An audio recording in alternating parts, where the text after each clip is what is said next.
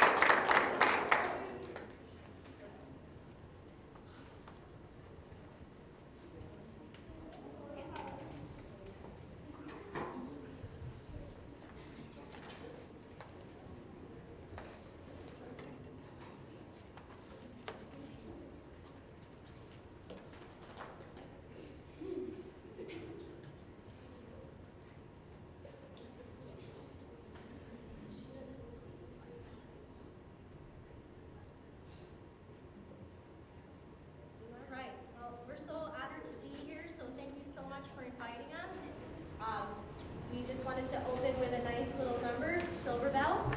And now we go to a traditional gospel piece, and we have a few soloists that are going to help us with that. And this is called Mary Had a Baby. And we have our horn ensemble joining us today.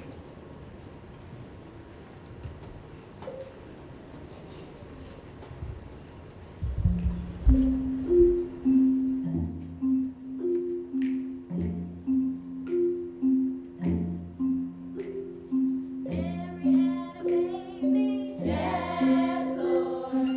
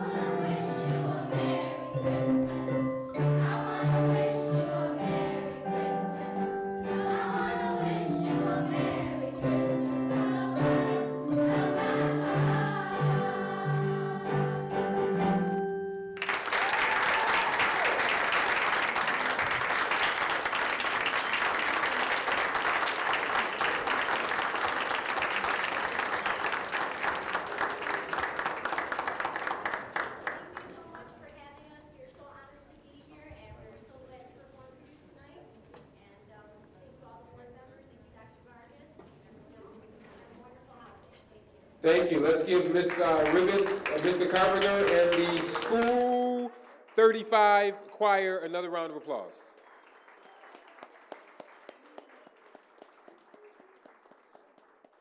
Great job. Thank you so much. Feliz Navidad.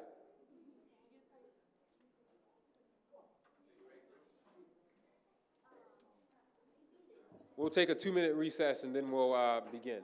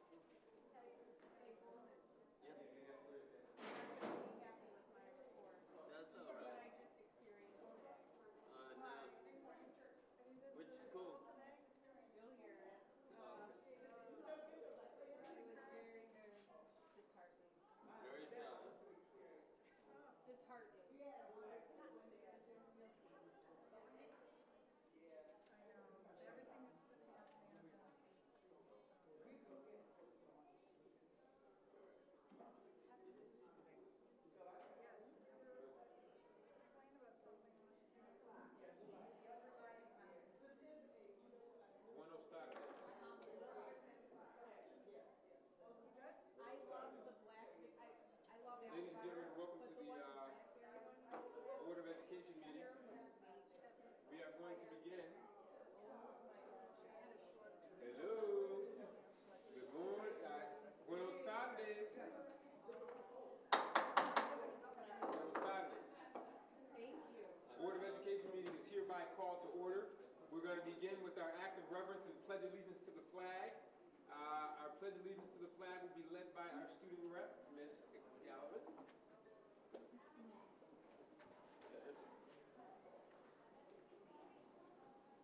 I pledge allegiance To the flag of the United States of America and to the republic for which it stands, one nation, under God, indivisible, with liberty and justice for all. Thank you. We have one set of minutes from the November 21st business meeting. Entertain a motion to, it's been moved by Commissioner White. Is there a second? Second. All those in favor of the minutes, please say aye. Aye. The ayes have it. Thank you. Once again, I want to thank the selection from the Pinnacle School 35 Choir for entertaining us and kicking off our meeting great. We don't have, give them another round of applause. They did a great job. We don't have any speakers addressing an agenda item. We have a few speakers not addressing an agenda item. I'll call them if they're here, just so they don't have to wait around. Carrie Coleman is here. Elizabeth Laidlaw, is she here? Okay, Ms. Laidlaw, please come forward. You have 3 minutes. Who's our clerk? Our clerk's not here, so I'm going to time you. How many minutes? 3. 3? Yep, that's correct. Okay. And I'll tell you when to begin. Just let me go ahead and start. Thank you very much. Superintendent Vargas and Commissioners, thank you for allowing me to make a few comments here. Always when I'm before a board member or a superintendent, I have to, did this go off? Can you? I have to express my gratitude. I have a daughter in the district who was at Tim Main School 50, was at Michelle Hancock's school number 5. She went to school knowing one word, that was no. And now she's at SOTA, and she's looking at Ivy League schools. So I have to extend my gratitude for every mind-numbing committee meeting you guys attend. I'm just really, really, really grateful. And I am the facilitator of the Urban Education Group of Urban Presbyterians Together, which is a 10-city church collective of volunteers who are helping out in the city school district. We started in School 6 in the 1980s. Right now, I recognize two of those little girls, Delitzia and Maisie, I worked with at the Corner Place last year. It was exciting to see them here today. So we have over 100 tutors at School 35 and 3, and with Commissioner Powell's help, we started a tutoring program at the Young Mothers Interim Health Academy this past year. We take part in a collaborative housing homeless families. We give holiday baskets to families in need. This fall, as our 10-church collaborative got together and were discussing what the most urgent need in the district is, we realized that a theme came up over and over again about how traumatized students were, whether they're traumatized in their home from poverty or unemployment or abuse, or whether they get traumatized at school just witnessing the outbursts of their classmates. Their brains, and the East High social worker Tisha Maldonado helped us understand this, their brains cannot learn when they are in this perpetual trauma state. In addition, the new crop of teachers who came in September with lots of energy and great teaching skills, by the end of October we found were demoralized because they realized that in spite of their amazing efforts, they were labeled a failure because their students are not showing up to class. And building principals are finding buildings in chaos because of this revolving series of school openings and closings. So our collaborative got together and said, what is the thing we can do for the students we serve beyond what we're doing now? And we realized it was to advocate for social workers. So as you begin your conversations about the 2014-2015 budget, we would advocate that you would increase the number of social workers so that you'd restore the 10 that were cut last year and augment that number so that there's one full-time social worker in each building. And here's why. The social worker does 3 important things to restore buildings. First, that person is the point person for donations of food and other material resources and knows exactly which kids need that resource. Secondly, the social workers can access housing options. Elizabeth Reyes in the homeless program for the district tells us that each year more than 2,000 students find themselves homeless for part of the year in our district. The social worker knows how to access housing for those students. And finally, the social worker knows mental health first aid and can train building principals and teachers and how to restore classrooms to a place where students are no longer in this fight or flight stage all day long, but they can actually engage in the material. So urban Presbyterians are here willing to lobby whichever governmental bodies would free up money for us to be able to restore social workers to the building, whether it be in the local or state or national level. We would love to engage you in this conversation. Thank you for allowing me to highlight for you what we take to be the most urgent need in the district at the moment. Thank you, Ms. Laidlaw. Is Anthony Plazinski here? Oh, yeah, and I know standing in for Anthony will be Bill Rosario Escher.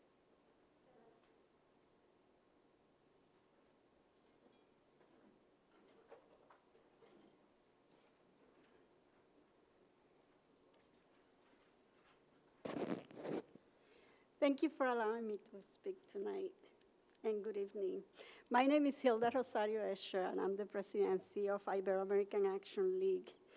Latino students confront significant challenges, and it seems that the education system is unable to meet their needs.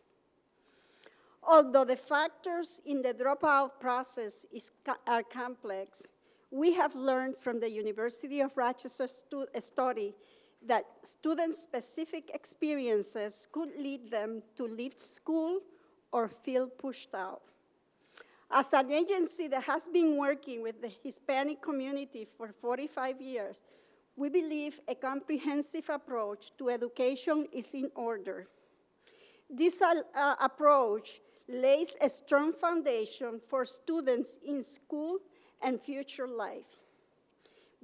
Besides having a district-wide parental engagement, such as Padres Comprometidos, it is key that we work with the parents of the students that are in most need and are experiencing significant issues in the school setting.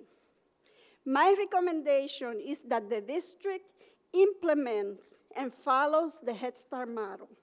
The Head Start model uses a family advocate that works with the families in an effort to eliminate the barriers that they face as a result of living in poverty. The Head Start model assigns a family advocate to meet with the families, and they set goals with the families to achieve. Although the schools have a family liaison, that does not necessarily represent the model I'm talking about. Also, not all the schools have the family liaison, and they don't have the time to work one-on-one with specific families to ensure that the goals set are achieved. I recommend that the city school district seeks grant funding for this model and that you implement a pilot program so you can firsthand see the success of this model. In the study done by the University of Rochester, they recommend that the community-based providers be better supported by the district via grant funding. To my knowledge, I'm not aware of our agency being recipient of a grant from the district to work with our Latino students attending the city schools. As a Hispanic agency, we are the experts in working with Hispanic children and youth. It would seem to me that when it comes to distributing funding, we would be included. To me, that speaks to the invisibility of our children. Just to recap my recommendation, it is the implementation of the family advocate and that you consider Ibero as a resource to receive grant funding to help us work with the Latino students that are in need so they beat the odds and succeed academically, thus breaking the cycle of poverty. I thank you for allowing me to speak to you tonight. Thank you, Hilda. Lori Thomas, Lori here? Yes. After Ms. Thomas, after Ms. Lori Thomas will be Fane Winter. Is Fane here? Okay. Trying to incorporate STEM in my presentations now. Oh, that's good. Forgive me. It's not my generation here. Okay. Nope, that's not it.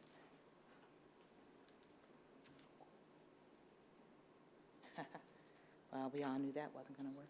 Good evening, everyone. When I called in to speak tonight, I was asked what it was I would be addressing.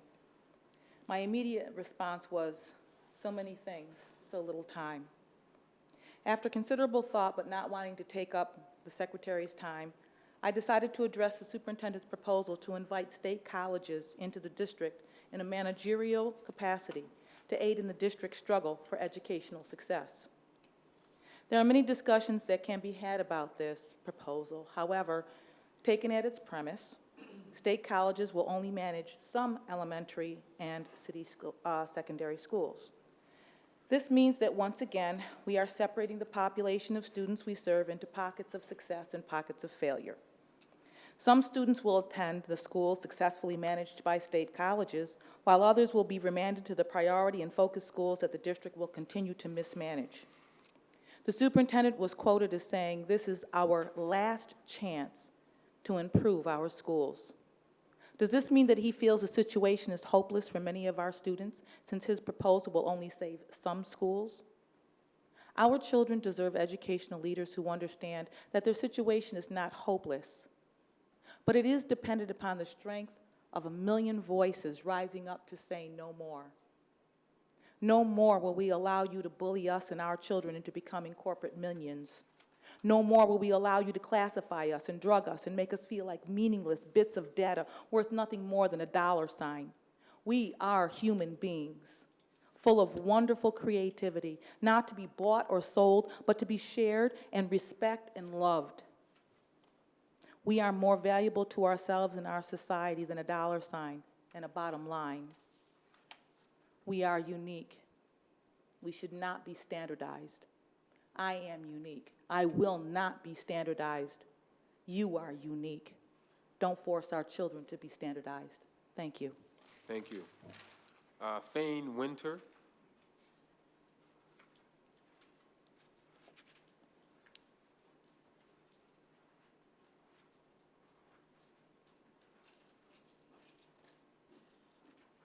Hello, Hi.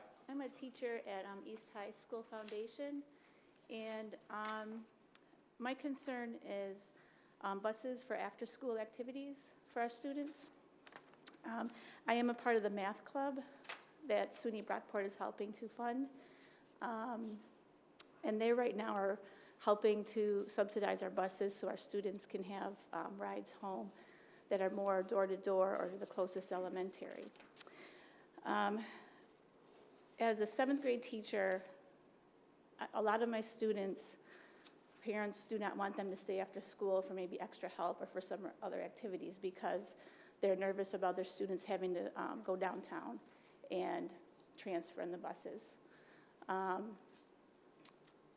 So I'm advocating hopefully that maybe we can eventually get some buses, maybe yellow buses for the after-school kids for the different programs. I know that that's, because students are coming from all over the city, that may be difficult task to undertake. And just a couple of things in addition to a couple of situations that happened just this year with my students that I hear when they come into school, and this is in the morning. It's not after school in this particular situations, but in their words, a crackhead got on the bus and started undressing. And I said, why is anyone except our students on our buses? And I guess the contract does allow others to get on our buses as long as they pay the fare. That was the response that I got when I inquired about it. And I didn't go directly to find out, someone found out for me. Just a couple of weeks ago, one of my 7th graders and his friends were at the intersection of Goodman and Portland waiting for the bus in the morning, again, and it's dark. And some people came up to them and they said, I have a gun, hand over your phones. Luckily, the bus happened to be coming and the timing was right where they could get on the bus. But needless to say, he was upset about that. So I know that maybe not for all of the buses, for all of the runs in the morning and the direct line to after school to home, right at the 2 o'clock or the normal dismissal time can be handled by yellow buses because of them all over the city. But I'm hoping that we can start to build in some yellow buses for our kids, especially our younger kids. And that was it. Thank you, Ms. Winter. Thank you, speakers. Thank you all for coming out and sharing tonight. So we've covered speakers on agenda items and speakers not on agenda items, and now we'll move to the superintendent's report. Mr. Superintendent, do you have your last report of the year? Yes, an important one. I might ask for you to join me. Down front? Watch PowerPoint. Okay. Thank you.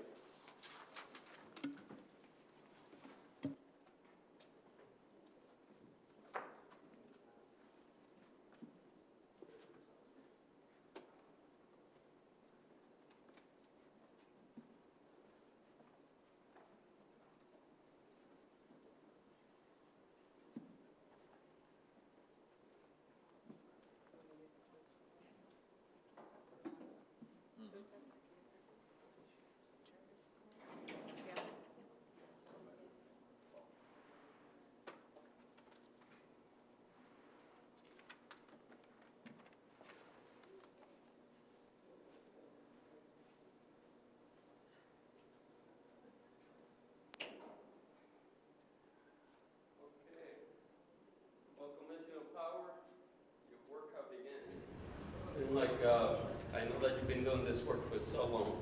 It's that time of the year for to talk about the budget, although we've been talking about the budget year round. So I appreciate one of the speakers came tonight to talk to us about what she perceived to be a very important priority for our school. So tonight I will give you an overview. As you know, we are facing some significant challenge. Have been doing our very best to make sure that our students are receiving as much quality instruction and support in our school as possible. So we're going to talk a little bit about budget priorities. So we're just not going to talk tonight about the gap, although this is a serious one and it's an important topic for the board to consider in the very near future. By February, as you know, you're going to have to balance the gap, and that's something that we have been working for quite some time to make sure that we don't rush into any decision. This is a very important work, and it's something that we need to deliberate carefully to make sure that we don't hurt our most important task, which is that to educate our children. So we are going to talk about the 2014-15 assumption of projection. How do we fund our student achievement, and also how we're going to close our gap. As you can see, you've seen this before, but our priority, for example, we are investing in getting our children to read on grade level by 3rd grade. You will hear more and more as we proceed throughout the budget. And you know our 5 goals, which are student achievement, parental, family, and community involvement, customer services, effective and efficient allocation of resources, and strengthening the management system. Tonight we're going to talk about the effective and efficient allocation of resources. So next, please. So we need to continue our work to bring stability to the district. I think that you, as a board, need to be commended for that work that we've come a long way for the past 3 years. Let me remind you that we had 804 people in the layoff list when I first arrived here. President Evans and others, you worked very diligent to make sure that we restore as many positions as possible. And that wasn't easy, but we did it to make sure that our students continue to receive the instruction that they need and support. We are planning tonight to talk a little bit about expanding support for education and to fund our priority, improve our transparency. We need to be honest. We need to have a discussion on basic on emotion, basic on facts. Although that is difficult because when you talk about children, obviously we are going to feel emotional and we are going to feel very concerned. So it is not easy to do, but we are going to do our very best to stay the course. So we want to, as you know, to very soon present to you a plan to end the structural budget deficit, because we need to bring more confidence and more stability into the district so that families, students, and the people who work here will feel more, we have more confidence in what we are providing to them on a year-to-year. So next, please. As you can see, part of our challenge is that our enrollment continues to decline. Number one factor is, you notice, charter school, and also, as you can see, it doesn't mean we have our student enrollment have declined in the last 15 years by 22%. And next, please. This is the charter school projection. So, I don't know who got in the board here in 2005 and 6, I think it was Mr. Cruz, Commissioner Cruz, probably around 2006, 659 charter students. Now, we are projected to have 33,914, and we believe that it's quite possible that we learn in the next few weeks that that number will go up to 4,186, and that is because two schools are likely to open. You know, some of the charter schools are in grade level. It's not just that they open. Also, there is an aggressive agenda in Rochester, and it's their right for citizens to organize and do what they think is in their interest to have more charter school in this community.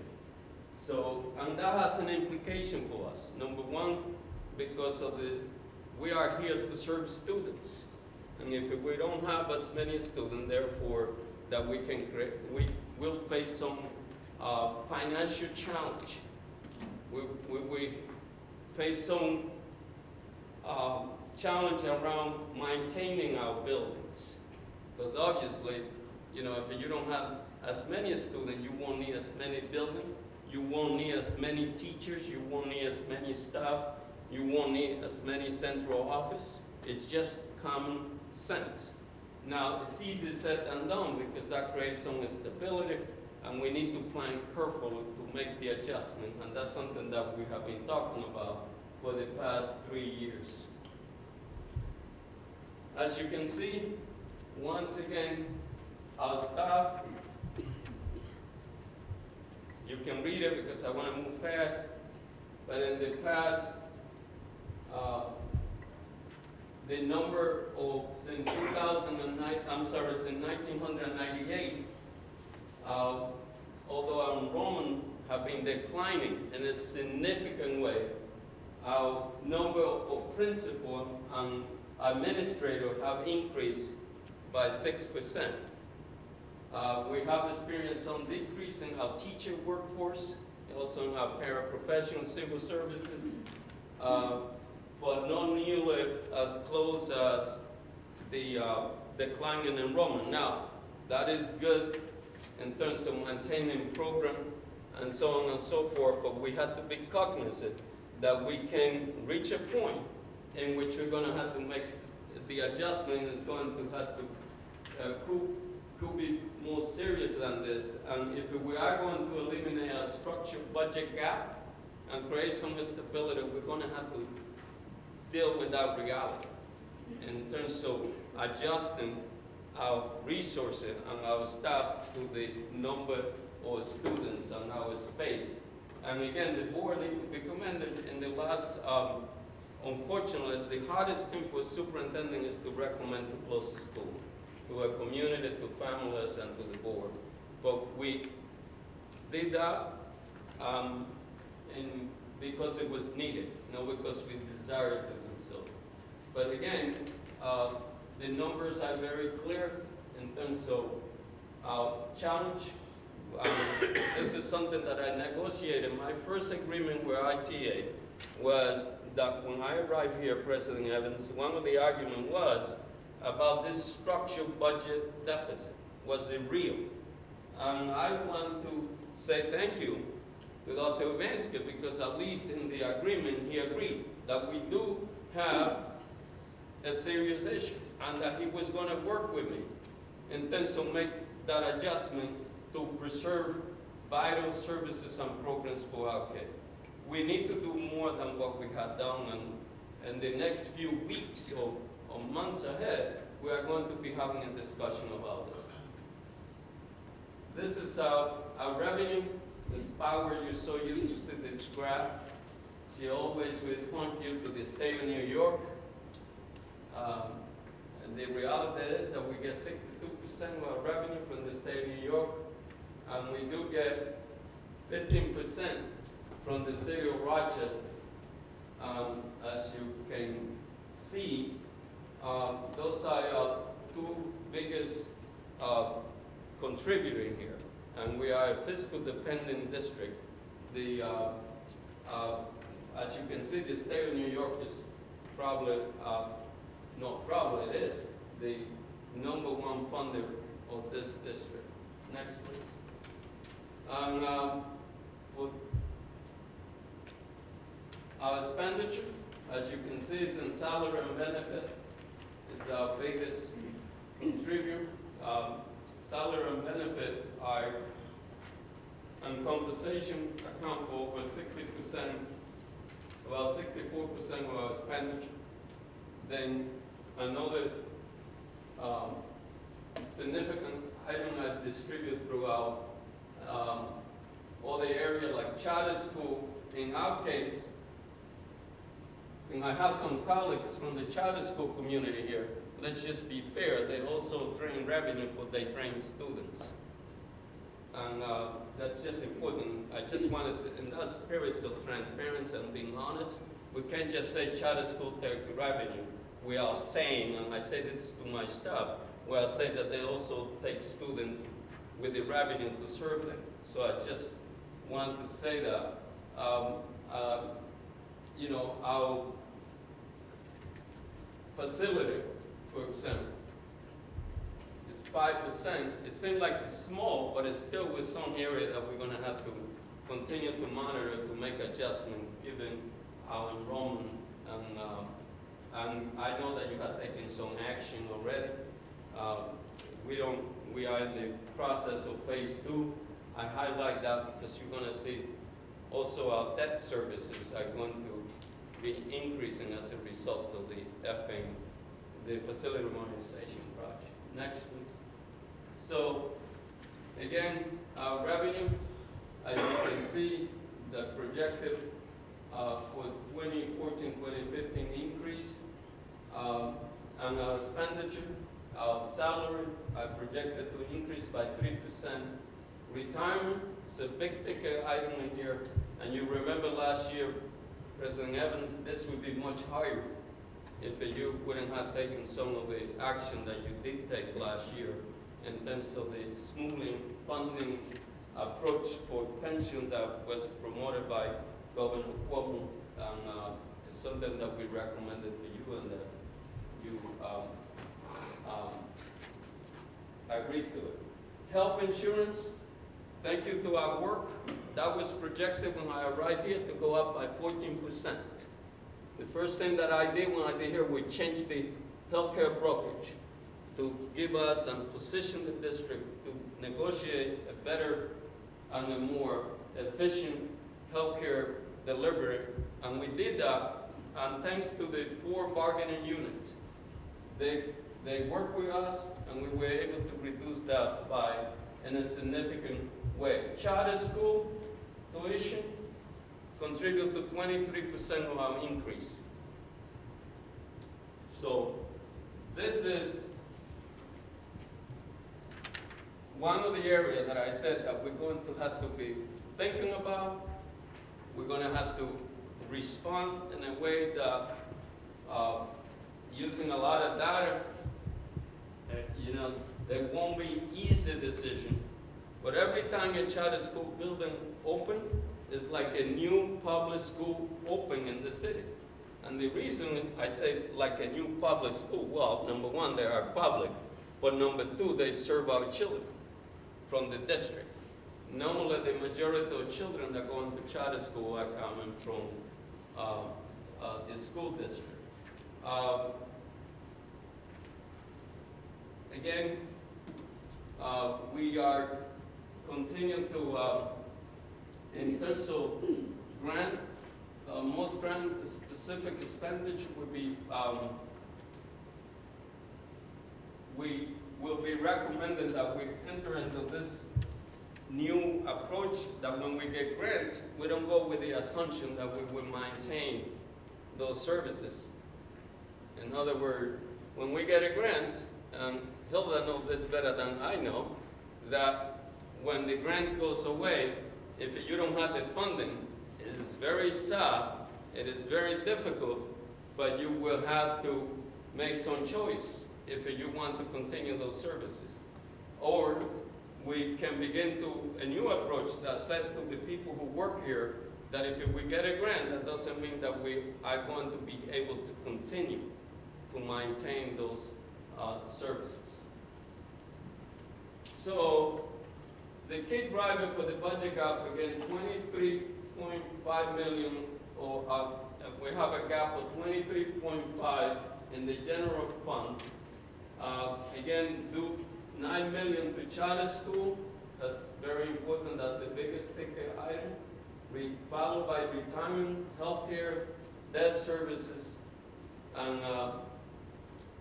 budget contingency, which is important to have. Our special aid fund gap is 9.3. That brings us to 32.2 million gap. So we're making a little progress. It's less than 76 when I first arrived, which you dealt with that. So this might increase, as I told you, because of charter school. Remember that the projection that this gap is basically that there would be about 3,914 students, but we have recently received some news that it's quite possible that there would be 2 other charter schools, which would increase that gap by 3.3 million. So we don't want to talk about just about gap. It's very easy. That's a reality. You know, every municipality, district, and government from time to time face that. Our challenge is how we're going to maintain our programs, how we're going to fund our priorities. It's easy to say that you're going to get children to read on grade level by 3rd grade, or that you're going to eliminate the summer learning loss, or that we are going to provide our children with more art, music, sport, extracurricular activity, and yes, a rigorous curriculum, and improved instruction, and so on and so forth. But at the end of the day, how are you going to pay for it? So we want to also find 12.7 million for adjustment to fund the priority that this board believe to be important. I don't think that there's anyone who disagree with me that if we continue to have our children reach 7th, 8th, 9th grade, we are reading on grade level, that you are going to continue in the same trajectory that we've been for quite some time, which is a lot of our children, as I tell this community, don't drop out in 9th grade. Actually, many of them do drop out in elementary. It happened to be that we record them at the high school level, and we see ourselves as spending a significant amount of dollars also in intervention. But I believe in prevention, and I believe that a good art, music program and extracurricular activities is a mitigating factor for poverty. And that you should not wait, as you saw our children tonight, they're only children once. And you can't continue to just do intervention without prevention. And prevention is an interesting thing. Anyone will tell you, as I tell you, that I don't have the ability to give a child who has challenging situation stable home. I want to. But I could give them a stable classroom and a stable school and a good coach or a good music program. Yes, and a rich reading program and curriculum. So here's what we would like to continue to address. We want to improve the special education. The special education program, East High School, for example, 7% graduation rate. Some of our schools have less than 10% graduation rate. That's not a matter to laugh. All of us should be stressed. All of us should be so concerned. When you have a school that's 7% of any population, I'm talking about Latino students here, there will not be improvement in this district unless we improve the special education, and we do it with passion and we find the solution. There are solutions to this problem, and we need to work finally to get this right. And we have to get it right. There should be no all the focus in this district in terms of priority, we cannot and will not improve the district unless we improve our special education program. I don't care how you look at it. Therefore, we all, from our families, our community, and our school, need to work on this problem. It's probably the most serious problem that I encountered when I first arrived, and it's still the most serious problem that we have. So we want to battle our special education. We know that the summer learning loss contribute to many children falling behind. The summer learning loss is real, particularly for children in poverty. So we are going to make some serious recommendation about how can we close that summer learning loss gap, particularly at a very early age. Full day pre-K, we're waiting from the state of New York. I know that some of you have asked. We are going to provide full day pre-K to all our children. Our first approach is to have full day pre-K in all our outside providers who agreed to do so. And we think that that will go a long way. Again, we do spend a lot of money in this district on retention. We retain more kids than most districts in this nation. And every time that you retain a kid twice, it's like you're paying twice. And in some cases, when you return 3 or 4 times, you're paying for that child 3 times as much. And we have to find a way. And again, it's not about retention or retention. It's about the appropriate intervention that you have to have early on. So our PD, we will begin to, again, to continue to provide as much support to our teachers, our principals, to improve instruction as much as we can. And let me just highlight as I move on, we also have to fix the broken textbook system. Our children need more textbooks, more books, more material ahead. And we can do it, and we will do it. It has not been easy, but it can be done. You have heard me talk about passion about books and children reading. We can't ask our kids to, or expect them to achieve a higher level if we don't give them the opportunity to achieve. And that begin, we can't just talk about that children don't have books at home. And then us having just year after year sending them home with our books. So we're gonna have to come to put an end to that practice. It doesn't work, and we need to change it. Next, please. So how we're gonna, again, some highlight of the specific recommendation. We are planning to present to you a plan that will reduce central office and administrative costs by a range to 8 to 9 million. We want to achieve 1 to 2 million on travel. I mean, I like to support travel and extra pay as well. But when you are in the kind of situation that we are today, we have to look at everything for efficiency. So travel, conference, and overtime. And we need our partner. We need our unions to support us to achieve this. This cannot be achieved by the Board of Education and the superintendent. We need everyone that works in the district to be part of this. Again, we're going to have to experience a very painful situation in terms of reduction of our staff. We are planning to do this by attrition, retirement, or vacancy. So again, to bring some stability so that we don't find ourselves in a situation where we have a significant number of our staff being laid off. We will do everything that we can to work with our unions and our stakeholders to make sure that we do this in a very orderly fashion that is in the interest of our students and the people who work here. But we cannot do it alone.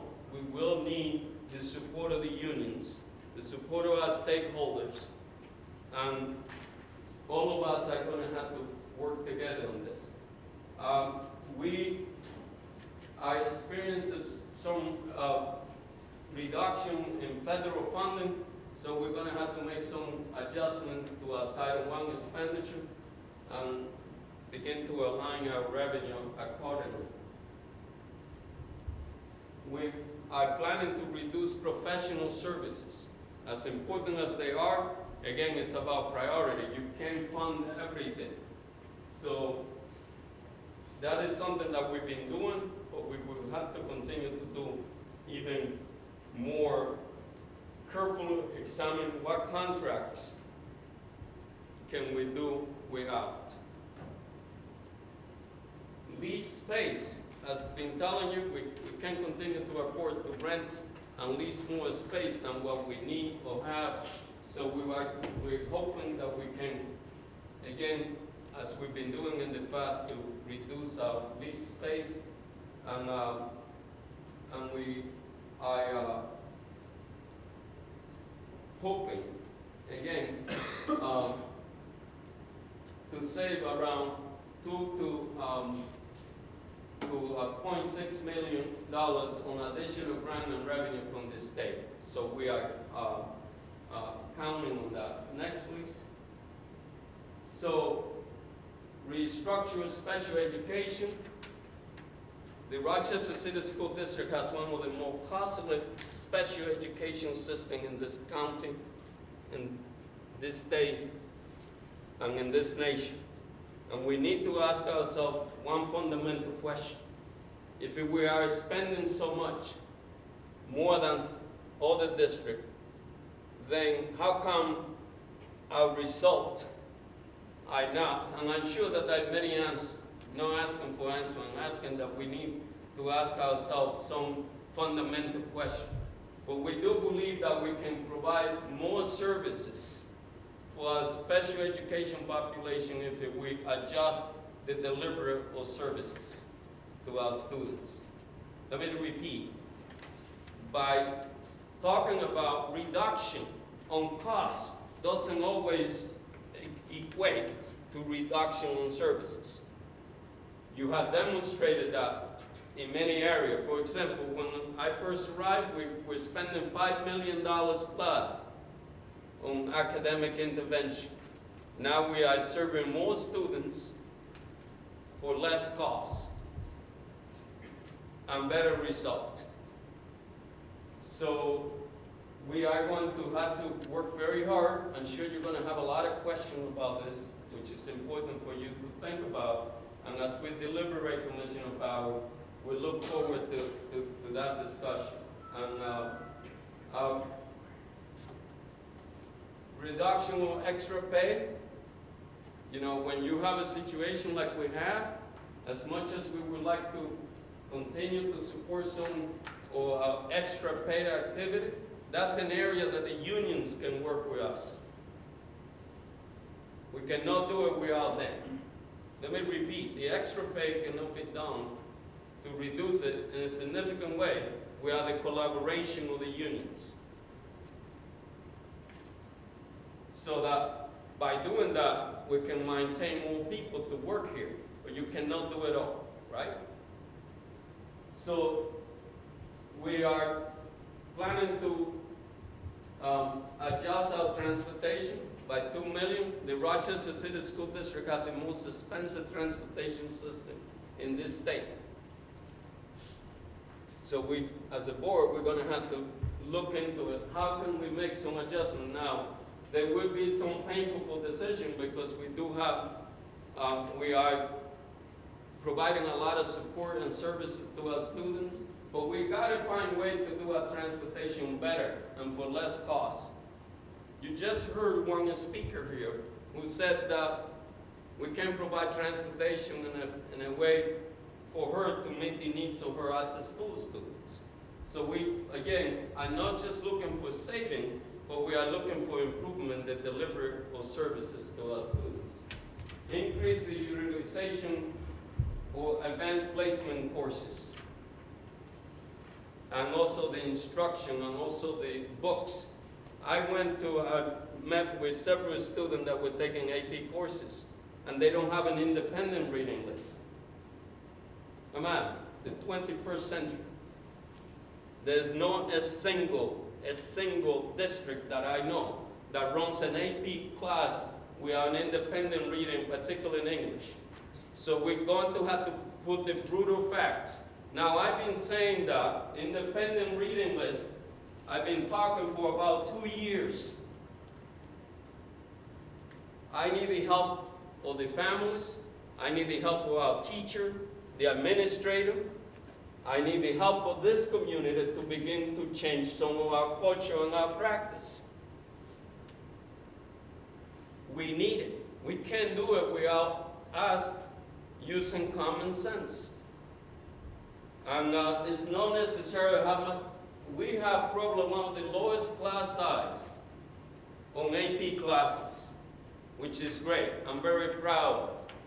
But at the same time, can we get the result that we need from our students? Because I do think, as you hear, the challenges that we have about charter school, when I talk to people tonight that work in this organization, I want you to hear me. We could do better than charter school. I do believe that we can. We have more resources. We have talented people that work here.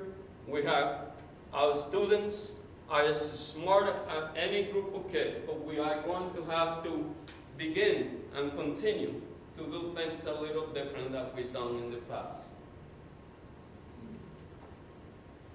And this illustrates in a very simple but not simplistic way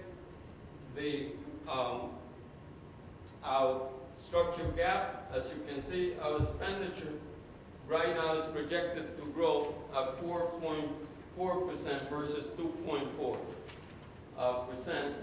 And it is my hope that when we get to 2018, or by 2020, we will have, when we have the annual budget, we're not talking about gap. But most significantly, it is my hope that we also be talking about improvement on the student achievement. Because we could balance our budget. That we have to do it by law. But at the end of the day, can we improve student achievement?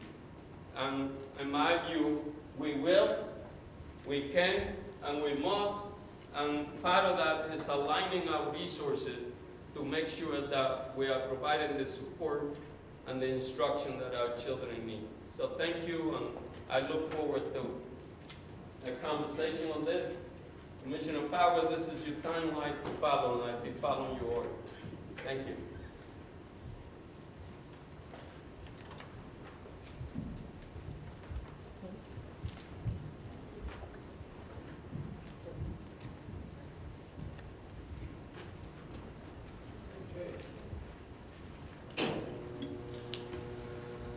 Okay.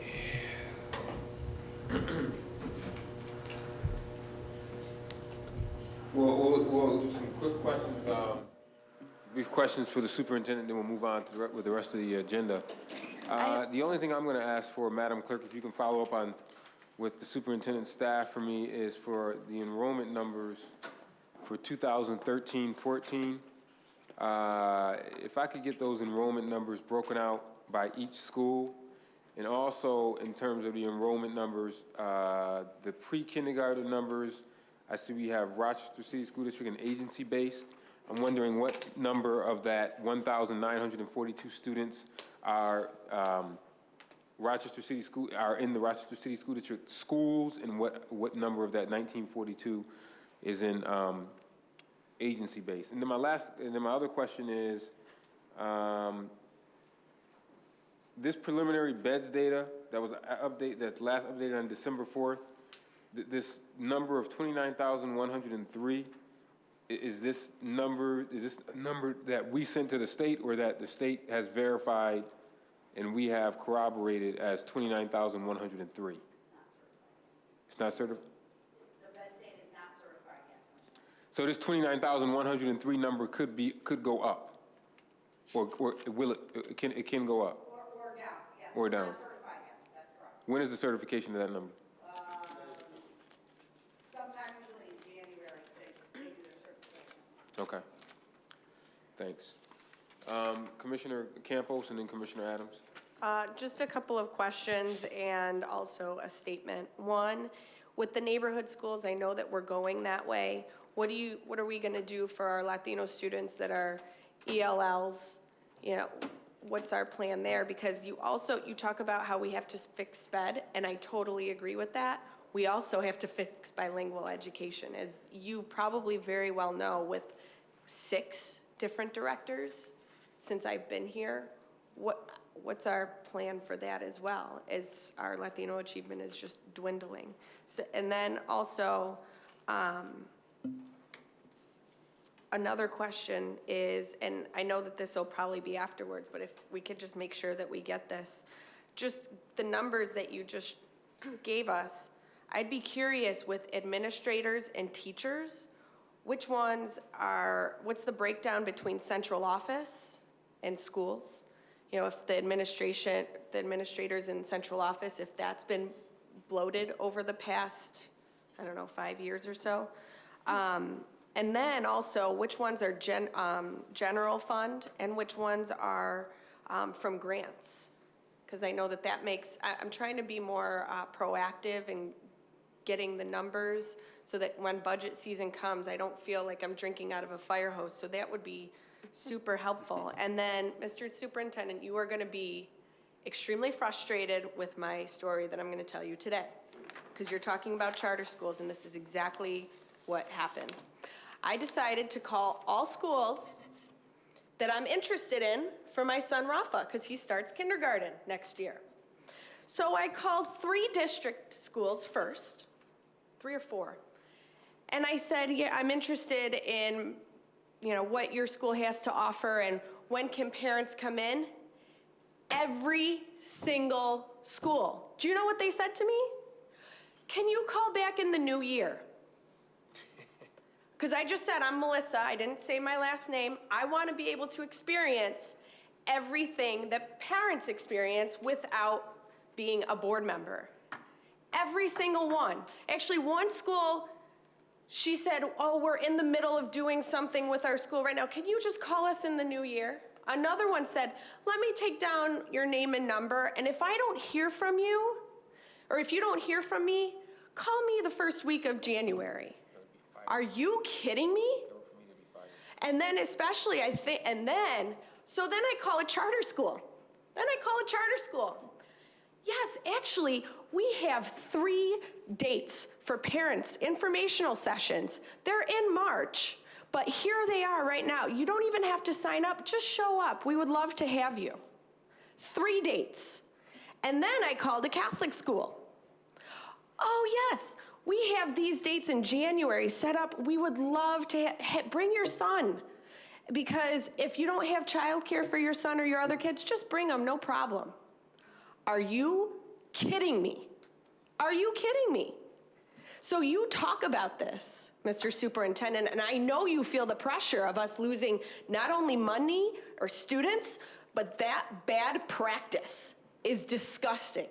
So now, and then especially, you have our parents that are working jobs, and if they could take 2 minutes to make these calls ahead of time, proactive in December, and now we're gonna say, no, put it back on your to-do list to think about it again. And then if we have parents that don't even speak English, man, they're gonna be frustrated right from the get-go. I am just appalled, because 3 district schools, every single one of them did it. But the charter school and the Catholic school didn't. And you talk about how we have a problem. You want to know what? It's more than a problem.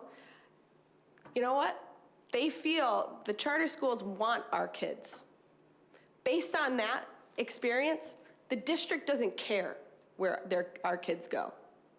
So, Those are the real conversations, and I know you talk about we have bad practice in this district. Well, I'm gonna keep reporting and letting you know, but I would suggest, whether it's in the next week, this is my suggestion in order to help bring some light to this, is within the next week, every school has at least 2 parent nights scheduled for January or February.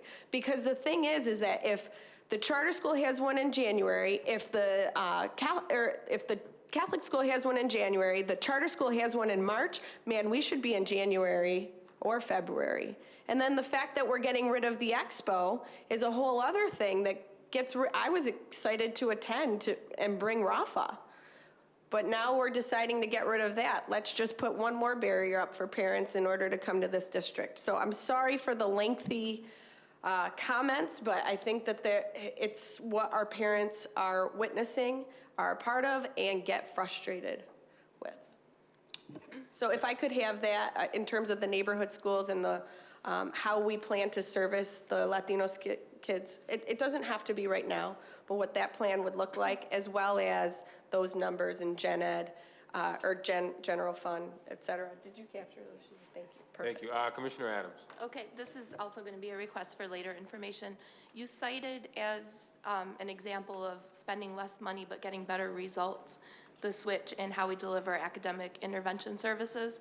And I'm wondering what the evidence is for that. What is the source for that? And is that a district-wide achievement? Because if it is, that's phenomenal, and we should have, we should be more aware of that. So I'd like the data on that.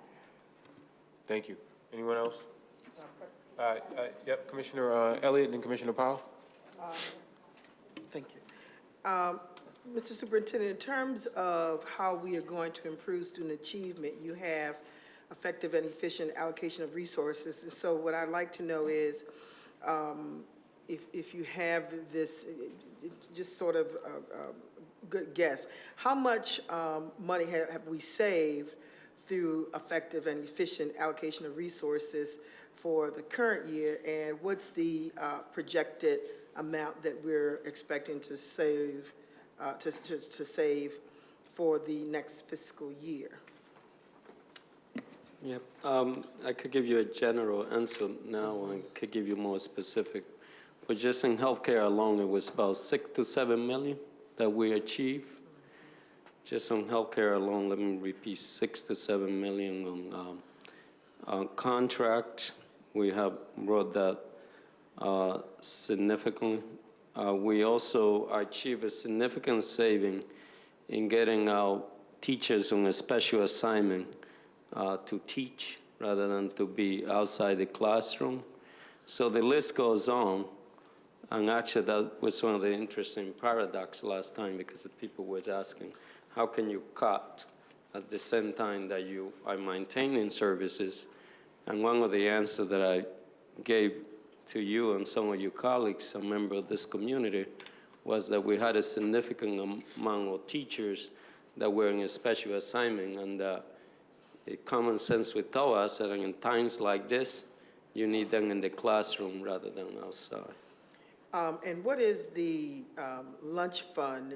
That would seem to me that in terms of that the lunch fund is not necessarily a key driver, but can you explain that?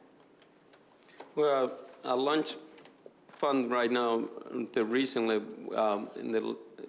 this year, last year, we are pretty much running with a little bit of surplus, but it's one of the driver of that is the fact that all our children could get credit for free and reduced lunch, and that could change. So, but even in that program, we can achieve some saving as we look into contract. Again, I will tell you that one area that we have worked hard is in bringing some, not just efficiencies, but also protection to the board and the district when we write contract. We want to make sure that there is some clause that protect the district in the event that services are not delivering in an accurate or appropriate way. So the 400,000 relates to what specifically? in terms Oh, of? the food service, the surplus? Well, this is a gap, isn't it? Yeah, this is a gap, the 400,000 under lunch fund. Oh, you're talking about for next Yeah, year? what it- yeah, For what do you- for next year, Bill, I believe it's for our investment that we're gonna make, or planning to make, but he could give you more Okay. specific answers. I thought you were talking about this year's saving. It strictly shows our projections without any adjustment, in the food service fund. So there is increased in the benefit cost is putting pressure there, in that fund. It is possible, that could be covered through additional revenue, but that'll be sorted out in the next month. Okay. Looking closely at the revenue So streams. primarily it's benefit costs? Correct. Okay. And then my last question, if we have this budget gap, Mr. Superintendent, and you are recommending, proposing academic priorities, additional funding for third grade and improved instruction, where's that money going to come from? And that's why we are doing an exercise right now to find it. And we will be advancing that recommendation to you in the next 60 days or so. All right, thank you. Commissioner Powell. Thank you. First, I want to thank Commissioner Campos for really underscoring the need for improved customer service. It's something certainly those of us on the board who are parents have lived through, and secondly, it'll make what I have to say sound less like a rant, so. Mine was a rant. I wouldn't thought you had deign embodied to Cynthia Elliott. characterize it. It's been transferred. Whoa. I believe in transference. I just sympathize, that's all. Empathize as well. I find the timing of this presentation very opportune because the governor spoke today on his proposals for the state budget, and the Board of Regents came out with recommendations for education aid. So the timing, we're right in the thick of things. As for the structural budget gap, my instantaneous reaction is that if McKinsey does not speak to the continuously increasing costs of state mandated required spending, I will consider the McKinsey report completely useless and worthless. What they should be recommending is that we advocate more aggressively for equitable funding, period. Likewise, if the McKinsey is doing their job, they'll point out how grant funding sources create an overhead, that their recommendations, however theoretical, if we're going to genuinely address structural budget gaps, should be to strive to become less dependent on grant revenue streams. Case in point, we know that the reason that we today have so many administrators is because state-approved submissions for school improvement grants included creating smaller high schools, which by their very nature required more administrators, and then when those schools are phased out, we still have the administrators, even if we don't have the schools. Second example is that the previous school improvement grants, or the current school improvement grants call for additional pay for extended hours and additional FTEs to cover those additional hours. How are we to achieve the goals that you have set forward in terms of reducing extra pay when they are embedded in the very structure of our budget? That is to say, we accept grant funds for a specific purpose, namely to give out as extra pay in exchange for longer workday. We simply must advocate for improved formula aid, and the easiest solution, which is the easiest solution and the most immediate and complete way to that end, is for the complete implementation of Contract for Excellence. What the Board of Regents has recommended is a new thing that they're calling the Transitional Operating Aid, which they would slap on top of the gap elimination adjustment to the formula aid. This can't possibly provide us with a satisfactory solution, at least not as nearly satisfactory as the full implementation of Contract for Excellence would, as it is written into New York State law.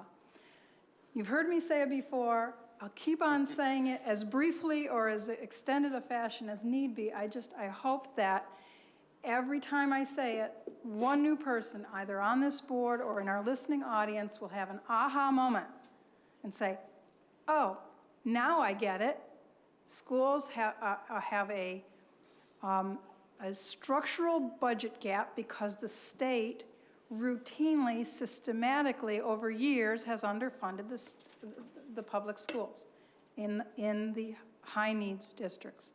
So if there's anyone out there in the listening audience who had that aha moment today, congratulations and thank you. Thank you. Just really briefly before we wrap this up, I kind of wish I could teach a course on customer service.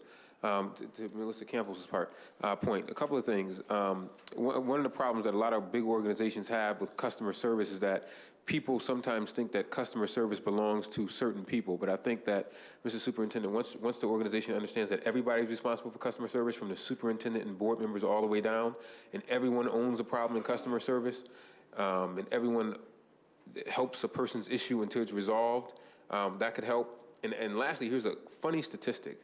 Did you know that if someone has a great experience with a company or organization, they usually only tell 4 people? But if they have a bad experience, you know how many people they tell? 10 or more. 10 or more. So that's why it's very, very, very important to do that. And then lastly, there's something called a moment of truth in customer service. So, you walk into a restaurant and they look at you and don't seat you. That moment of truth will set your stage for the rest of the experience that you'll have with that organization going forward. So you only have really 30 seconds to do it, to make it right before you could really screw it up. So that's why it's very, very important that we get that customer service piece so right from the beginning, because and we can only use our own examples. You go to a store and they don't pay you attention, or you go to a store and they follow you around the store because they think you're stealing something, you're not gonna go back to that store. So this customer service thing is something I can tell you I'm extremely passionate about. If I wasn't on the board, you could hire me to come be a consultant on it. But it's so very important that it's infused throughout the culture. So very, very important. Yeah. Yes, Commissioner Elliott. Yeah, I just want to give an example of a situation that we have in our district with a principal. And if with everything I got, I'm going to try to get this principal fired. With everything that I got, because over the last 2 years, I have had parents to call me about this particular principal.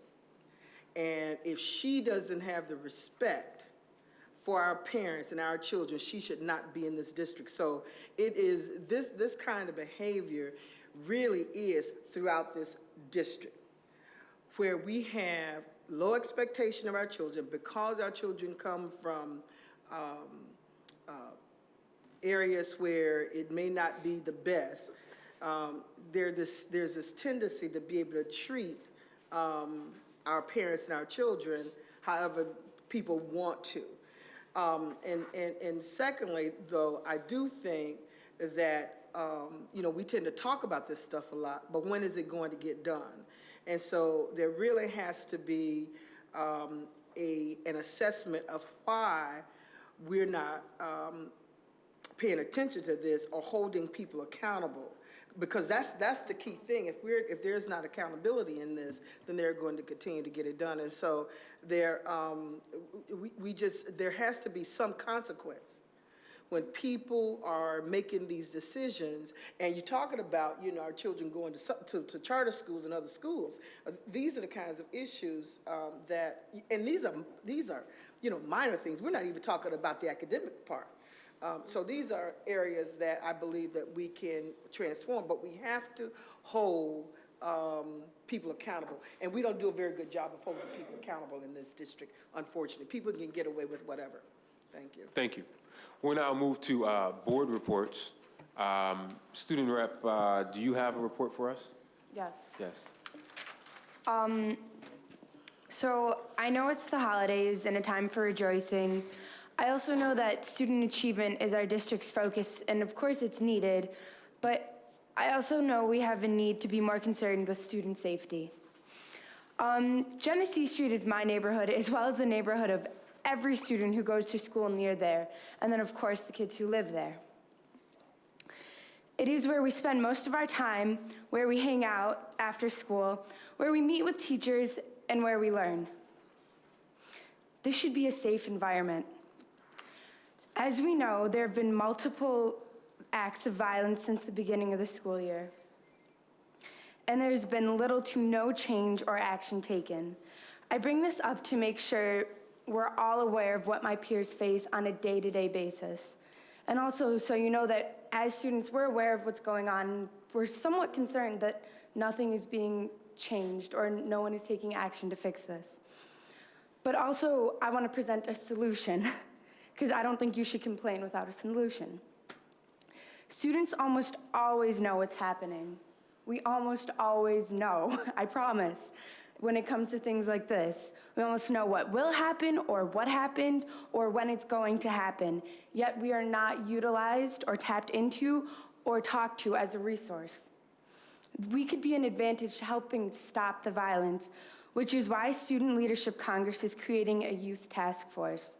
We are talking with other youth organizations such as Teen Empowerment and our new Mayor Warren to create student and community events. I'm sorry, I'm so bothered by this that I'm almost emotional right now. To create student and community events to build trust and relationships between our leaders and youth, to make a better district and a better Rochester for all of us so that we feel safe and so that our students can focus on learning and not feel that their safety is jeopardized. Thank you. Thank you. I'm glad that you brought up Genesee Street. I know there's been a lot of conversation around that definitely over the last 2 weeks in terms of trying to find solutions to the serious situations that we've had there. Commissioner Elliott and the CIGR committee. What about Commissioner Powell? Oh, I'm sorry, Commissioner Powell, I thought you were leaning back there. Commissioner Powell and Finance. Oh, there we are. Okay, the Finance Committee met on December the 12th. We recommended the approval of the November financial reports, and at this time I move that the full board accept those reports. The motion to approve the monthly financial reports, is there a second? It's been moved and seconded. Any further discussion? All those in favor of the financial reports, please say aye. Aye. Aye, the ayes have it. Thank you, I Commissioner have a Powell. question. Is it appropriate to ask it now or when? We just voted yes on them, but if you had a general question, go ahead. Yeah, just a general question with regard to our bank accounts. Are all of the bank accounts that we have a relationship with listed on this the documents that we have? All of the bank accounts are essentially held by the, through the city, Okay. and they deposit those funds in the various banks that you see on the report, based, but in our name. Okay. One question, and this is a personal. Boy, this thing hurt me so bad. Is the bank now that's on the corner of University and Culver, First National? First Niagara. First Niagara. We have an account with them. It used to be HCS. It used to be HSBC, but now it's First Niagara. I needed money quick. No, that's right. And they charged me $3.50 to withdraw, and I had to do it. My point is, I hope we are. Every bank does it. No, but not that much. So Yeah, we're not some of them are that being much. charged exorbitant fees with this bank, are we? Well, the Finance Committee can look at Please, whether there man, are, it in hurt fact, me, I'm whether telling you. there are any fees associated with our banking. Get our money out of that bank. At our unless we got a good level, deal. at our level, the fees are assessed quite differently than at the consumer level. My God, I still feel the pain from that. Okay, well, I can tell you that Chase wanted to charge me $7 to cash a check because I didn't have an account with them, so I'll see you and raise you. Okay, so the next item, the Finance Committee did discuss the administration's recommended budget amendments. They are embodied in resolutions 366 through 369. There are significant increases, significant being in the $7 million range, both in the general funds and in special aid grant funds. Small change to the food service because of a commitment to buy hybrid kitchens out of last year's, it's not profits, surplus, thank you, couldn't come up with the right word. This is the administration's recommendation. It did go through the Finance Committee and was recommended. We had a short list, of resolutions on educational facilities, everything from architecture contracts to final payments. Those are resolutions 370 through 382. And finally, I think, two more things. The Finance Committee finally came to a sense of resolution on the Center for Youth agreement for Rochester Teen Court. The administration heard the intentions or the will of the board through the Finance Committee and is offering to add $15,000 to that agreement out of the contingency line of the budget. This isn't something that they were able to commit to even last month because our contingency was very nearly all spent. But sometimes when we have windfall events take place, those that are financial activities in our favor, those also go into contingency. So we have had a little deeper pot to work with, and the administration has offered to sweeten the pot, and we should see a resolution in our packet to that effect. Finally, we have a draft budget calendar. You've seen it circulated by email prior to tonight. There are a couple of issues with dates. One of them was that the first proposed budget hearing was like literally the day after the superintendent's presentation. It didn't quite seem fair to our public, so we're going to work on that. And in short, I would like to see any feedback that we can get from members, especially non-Finance Committee members, on that budget calendar. If there are conflicts of note, if we know about them now, then we can address them at our next Finance Committee and bring you a finalized budget calendar next month. Can we email you that information? You may, or copy in Deborah Flanagan and Vern Connors, if you can, if you know their email addresses.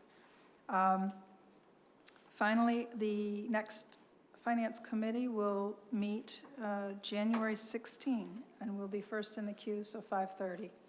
That concludes my report on the Finance Committee.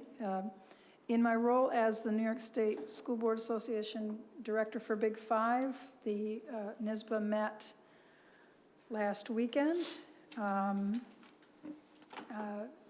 Things are going fairly well in NYSBA land.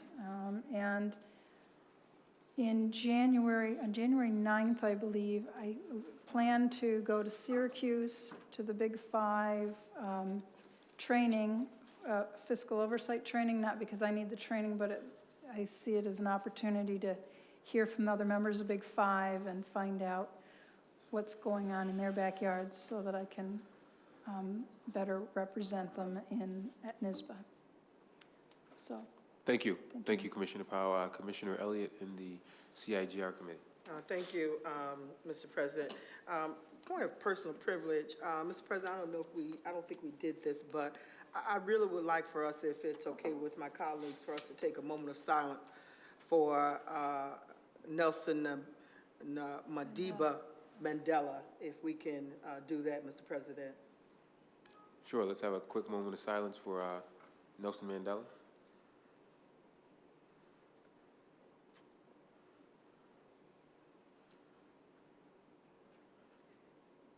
Thank you, Mr. President. Thank you. Also, I mentioned this to President Evans, but in the paper last week on December 12th, I saw that we had two former students, one from East High School and one from Edison, that won was named MVP of the previous week's Wendy's College Classic after leading the senior Brandon Carruthers, leading the Brockport men's basketball team to the title. His average was 12 points and 4.3 assists.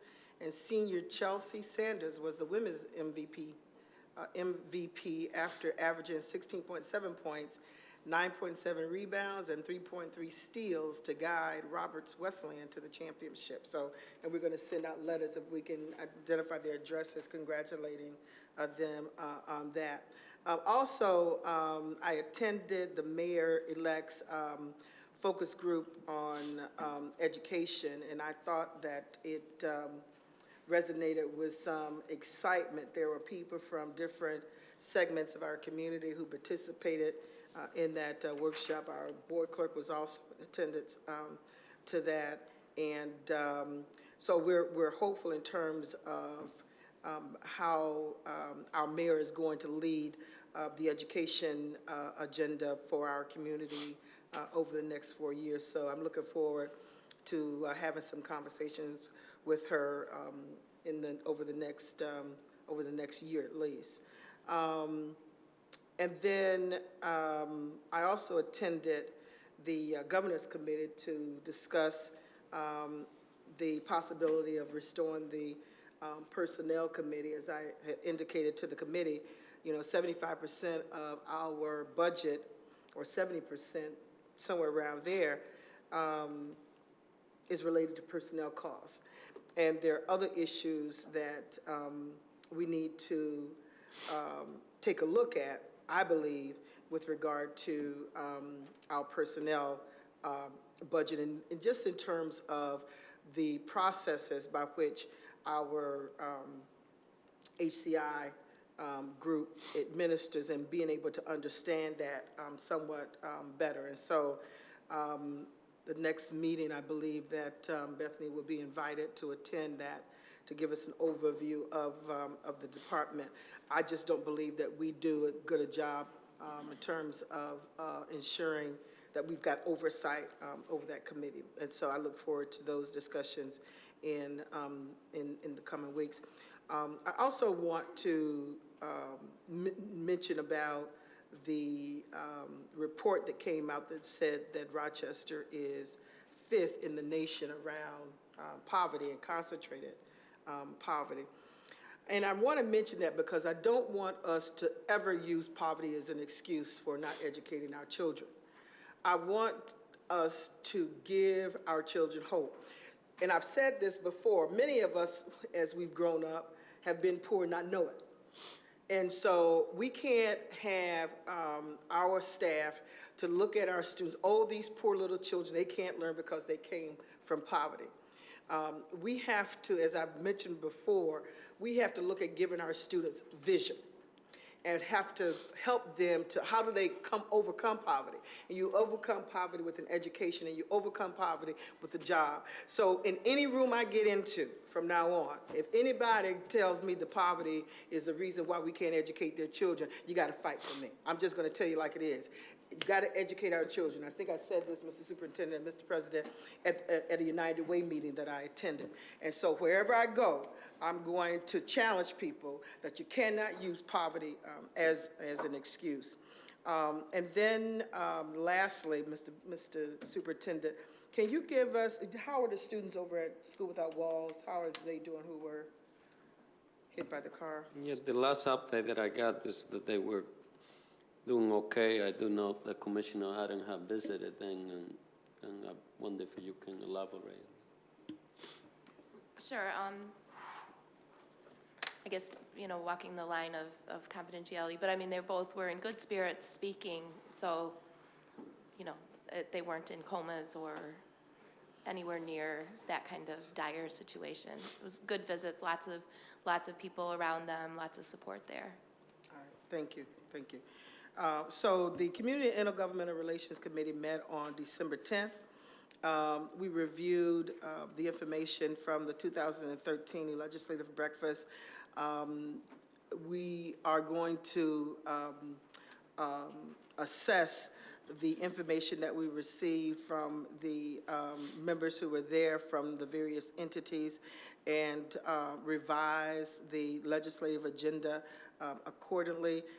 Pleased to report also, Mr. President, that I did have a meeting with City Council Matt Haig about including representatives from Monroe County, so that is moving forward. We also talked about doing a community forum around school violence. So that's something that we're continuing to talk about. And we talked about, I think Commissioner Adams brought up about perhaps having only our students to talk about school violence. And so we're looking at that. I'll have some conversation with our board staff on Thursday around that. Did I say it right? If I was okay? Oh, okay. Oh, I'm sorry. Oh, okay, thank you. Thank you for that correction. Appreciate that. Commissioner Campos, thank you. We also talked about the school suspension policy, and I'll be bringing that up under new business because, and I'm a little emotional about this because we had a student. Our long-term suspension policy is 45 days. That means our students are out of school 9 weeks, and we wonder why we are having issues around, in part around student achievement. And so I'm interested in reducing that significantly, and I want to bring that up under new business. But Mr. Superintendent, one of the things that I'd like to have considered in our 2014-15 budget is funded around restorative justice. So that will be something that I'll be talking with. We've got to look at how do we employ restorative justice models within our schools and within every school, I believe. So I'll be looking forward to that conversation in the future. The next CIGR meeting is scheduled for Tuesday, January 14th. Thank you. Thank you. Commissioner White and the ESA Committee. Yes, I'll be very brief. We met on December the 9th. The focus of our conversation was around the Teaching and Learning Institute, program that I don't think many people know much about, and they should. My understanding is over the last decade or so, they've graduated about 80-something% of their kids, their cohorts on time. And as we listened to the discussion, it made me once again think about how the district just almost has an aversion to best practices. Some of our best models exist in this district, and we don't replicate them. What comes to mind is SOTA. For the last 2 decades, they've graduated, 85-90% of our kids on time. And for the last 3 years, I've been trying to get over successive administrations, get somebody to replicate that model, and they just won't. And then we learned, and I'm embarrassed to say I didn't know much about the Teaching and Learning Institute at East High School, one of our schools that are struggling the most. And it's awesome, Melissa says, so it must be awesome. But I looked at the data, and these kids are graduating. And ironically, they describe for us the fact that they've been the subject of reduced funding and support over the years. It just doesn't make any sense. So if you want to know more details about that, it's contained in the memo. And also, I believe that the committee is going to, you'll hear more from us on this particular subject. Our next meeting is Monday, January 13th at 6 o'clock. Thank you, Commissioner White, Commissioner Cruz, and the Policy Committee. I, too, will be brief, Mr. President. We had 2 meetings this month. On December 5th, we met as a committee of the whole to discuss suspension issues, and we're going to continue to meet to look at those and what kinds of things we as a district could be doing to sort of address those in the short end and in the long term. We'll be scheduling a second meeting coming up in January. We'll let you know so everybody can be a part of that. And thank everybody for coming. It was a good meeting. We have a lot of things on our plate with regard to suspension, and it's just something we're going to have to really take a look at, and the implications of it. And I think Commissioner Elliott mentioned one particular situation, but I think there are many others like that we need to get our arms around. We also had a regular policy committee meeting on December the 12th, and we reviewed the Major Achievement Program, the MAP program. MAP program has been around for a very long time. We're looking at a program that has not changed with the years, and we're looking at the policies with regard to MAP and making sure that we institute based on our current academic core standards and things like that in terms of determining where MAP should be and how MAP could be more effective, and being realistic about where MAP is that applies now to, as I said, the Common Core standards. Also had Robin Hooper come in to talk about her recommendations based on early childhood education, and our committee had a real concern about where Common Core fits in pre-K, and we want to make sure that there is a kind of continuity of education, and we will continue to discuss that as well. We proposed advancing one policy on equivalence of instructional staffing and materials policy.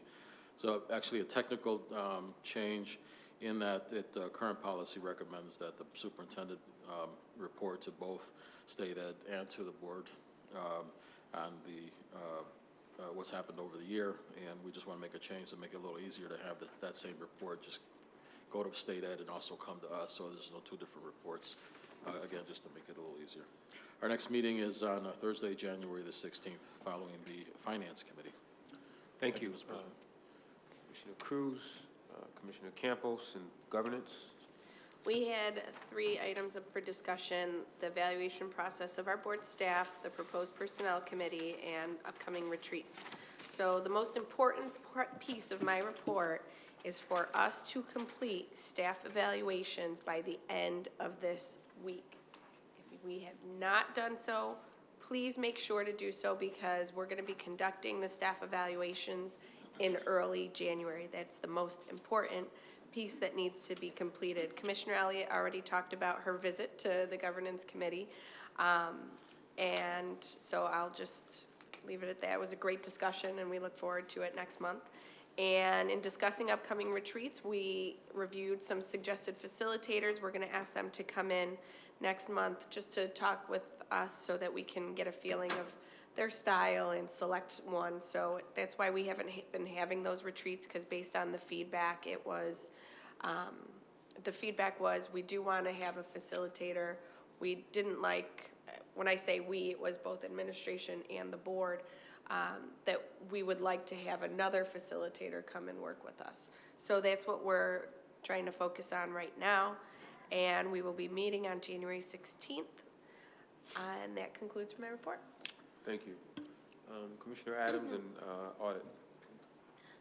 The audit committee met on December 3rd with the external auditor Freed Maxick CPAs to review the results of the district's financial audit for the year ending June 30th, 2013. All board members received a draft copy of the Comprehensive Annual Financial Report, otherwise known as the CAFR, and had an opportunity to ask questions and attend the meeting. The Office of Auditor General reviewed the draft CAFR, and the concerns communicated to administration have been addressed in the final version. We're seeking board approval for Resolution 390 to accept the Comprehensive Annual Financial Report for the year ending June 30th, 2013. These financial results will be submitted to the New York State Education Department after board approval, and that's included in a resolution we'll consider later. Okay. In addition, there's an outstanding audit committee request for the board to receive monthly and year-to-date suspension information to increase board visibility, so continuing the theme of concerns with suspension. We did ask for 3 items of data, but we can streamline it to these, to this particular request. We're specifically requesting monthly reporting to communicate the number of in-school, out-of-school, and PM school suspensions monthly and year-to-date for that school year, for this school year. This concludes my report. Personal privilege on another item briefly. Yeah, sure. And President Evans, you were there. Thank you for attending. We convened a short meeting at the Arnett Library to address some of the concerns that the student representative also expressed concern for. And we couldn't be in more agreement about the need for collaboration, open lines of communication. And in fact, that was the purpose of this meeting, was to bring on-the-ground school staff, counselors, and administrators were invited, as well as neighborhood organization representatives from Teen Empowerment, Pathways to Peace, Woodward Health Center, and a number of others, the library, Safe to Be Smart program, SWAN, Reinvesting in Youth, and other representatives were there for a brief 1-hour conversation in order to open these lines of communication. I did not intend for this to be a new initiative because there are other organizations, there's the consortium, there's other collaborative venues within the Southwest.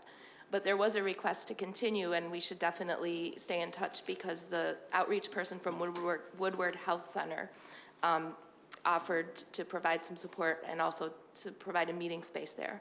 So that's we can definitely follow up, and thank you for your concern and leadership too. Thank you. Thank you. I have a very brief report. First off, let me wish everyone a happy holiday season, Merry Christmas, Happy Kwanzaa, Happy Hanukkah, Happy Three Kings Day. I celebrate all of them because they all involve food. So, had the opportunity to attend the Mayor-elect Warren's focus group on fiscal stability on Saturday. We talked in our group a lot about what we've been talking about in our 3-on-3s on how the district and the city can continue to collaborate around issues around fiscal stability where we can work together to save each other money. We had the Unite Rochester meeting here in this room, I believe it was 2 weeks ago. Meeting went very well with our suburban representatives. Also thank Commissioner Adams for pulling together the meeting at the Arnett Library, which I attended briefly, regarding the violence that we've been seeing on Genesee Street outside of our schools. Also want to thank Reverend Lewis Stewart, who pulled together the United Christian Leadership meeting on education and violence, and really talked about how the faith community could get more involved in helping to solve a lot of the issues that we face outside of our schools. Just a reminder that the organizational meeting is Thursday, January 2nd, 6 o'clock p.m. in this room. I can't believe it's 2014 already, but that meeting is coming up. And I want to encourage board members to attend the schools that you are the liaison to recruitment nights. Several of our primary and secondary schools are posted on the district calendar, and they're available at the website. I know the first one coming up is School 36 has a recruitment night on Tuesday the 7th. It's my hope that the schools that don't have recruitment nights will have one. I think every school should have a recruitment night, and it's my hope that they will. But there are several throughout the month of January, starting with School 36 on the 7th, and then early college, East High. I know 16 has one, and several other schools also have recruitment nights, recruitment events. School 58 is on a Saturday at 10 a.m. So I hope that the schools that don't have them will have them. And this is our last board meeting of the year. And I want to thank the board for their hard work throughout 2013. This year has flown by, and we've had to face many challenges, but we've been able to do it through budgets and everything else. I also want to thank the superintendent and his administration for all of your hard work throughout the year. It is not a easy task running a close to $1 billion operation. We have many challenges, but we also have many things to be thankful for. And I think that we should all be thankful that the public put us here to be able to work for them and work to really strengthen public education in Rochester, and we're blessed for that. And although we have the many challenges, many of which we heard about tonight, I think that we should be thankful that as we go into the year 2014, that we all of us up here will have the ability to continue to try to make an impact in 2014. So I want to thank all of you for that, and thank God for the opportunity for us to be able to sit here and serve in a role to serve our fellow citizens. Do we have is our parent representative here? Is our parent rep, is that Candace Lucas? Oh, Makita Salone. I knew that. I knew it. Put him in check. I knew it. Makita Salone. Tell him to check himself before he wreck himself. That was a good song. I didn't see Makita back there, but I would have called you right after the student rep if I would have saw you. But Miss Salone, thank you for coming. Thank you. I'm gonna try to keep this brief, but some of the things that I want to talk about, you guys kind of brought up tonight. So it was mainly about some of the parents' concerns and some of the same things about the violence inside and outside our schools. So we just want to make sure that schools are doing their utmost to ensure that students go directly from school, from the buses, instead of, walking across the street to the stores and things like that. And we want to know, how do you, the superintendent, plan to keep our students safe when they're in the school's custody? Another problem or parents' concern is the process for communicating like violence that occurs inside or outside or near the schools, and also the gangs within the schools as well. At our last business meeting, Lori Baldwin and Chip Partner attended. We expressed our concerns, and we offered advice on how to warn parents. Because personally, for my child also goes to Wilson, I shouldn't receive a call from my child saying I'm okay, and I'm okay, and I'm like, what do you mean you're okay? Because there's a shooting outside. And, I have to hear it from her, and then I don't get a call from the district until 6 p.m. So those are some of our concerns. And the other thing about the expo, we're also upset about the expo and the new process. So we're concerned about how the decision was made for that change and how there wasn't any parental involvement. And as far as what the measurement was to say it wasn't successful, I think that was the wrong measurement. Parents are concerned about that, to say it wasn't successful because there wasn't a lot of enrollment for students, but that wasn't something that was always communicated or pushed as being the reason to be there. Parents went to see exactly what schools offered, and then that's how they made their choice. And that's how they chose the school for their children. So I think I agree, as well as a lot of parents are upset about the new format for the school expo. Another concern is changes to the SIG grant. For example, at Wilson, because I have a child at Wilson, and being a part of the executive team, we were asked to sign the grants. And signing those grants, we felt like all the time there wasn't ample time, whether it's the Wilson grant or any grant. We feel that there should be some process changes in regards to that. We feel like parents should be given just as much as respect as the unions do, and the other people that's also have to sign it, we should have just as much time and be able to also talk to other parents in regards to, did they have input? Because we need to know this if we're gonna sign the paper, put our name on it. But in regards to Wilson in particular, it seems that there's complaints from parents that it took 3 months before that SIG grant actually was implemented due to renegotiation. And during that renegotiation, if we were contacted when it was first put together, I feel like parents, I think that should have been something we also should have been contacted when you renegotiated. There were no parent involvement in that renegotiation of those changes to the Wilson's grant. So now, with it being implemented so late, for it to be, for the 3 years, we're not getting the full effect of the grant because we didn't start implementing it until October. Extended day.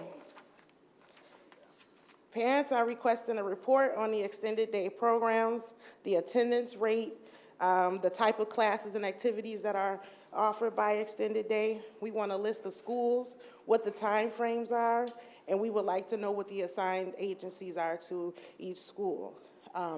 I know we have reports of there not being that many kids attending extended day at some schools. You're not getting 100% because it's optional.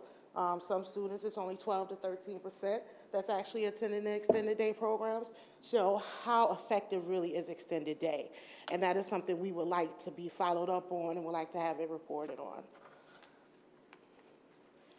As far as the Parent Advisory Council, what our future plans are, I think last time I expressed, I couldn't be here last month, sorry, I had emergency surgery, but in my report, we were talking about having our parent leader event, which was scheduled for December 5th. It was canceled. We knew it was a risk doing it in December because of all of the holidays, parties and events, but we do plan on having that parent leader event where all the parent leaders from all the parent groups, plus PAC, a parent-to-parent event, we plan to get together and do some collaboration. So that will be rescheduled for a later date. We're also really are trying to recruit new members. OPE has been very instrumental in helping us recruit new members. When we first started though, OPE was very instrumental. Like OPE asked each principal to nominate a parent to become part of the Parent Advisory Council. And we're definitely suggesting that we also try that approach again. Any way we can recruit parents, we want to do that. We recently had our informational meeting, which was held on November 25th. The topic of that informational was the master schedule. Unfortunately, Vicki Ramos cannot attend. There were members from placement, I believe, that attended in her absence, and they were trying to do a very good job as far as representing. However, parents seem to be very unhappy.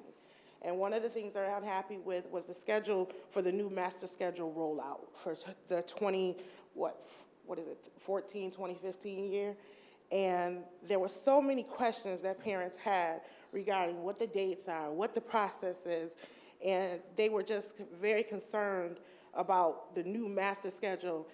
We were hoping that as it was implemented or executed last year, and there were so many problems, that we would learn from those mistakes and make some changes. But parents still seem to be confused on what and how the master schedule will be rolled out. So,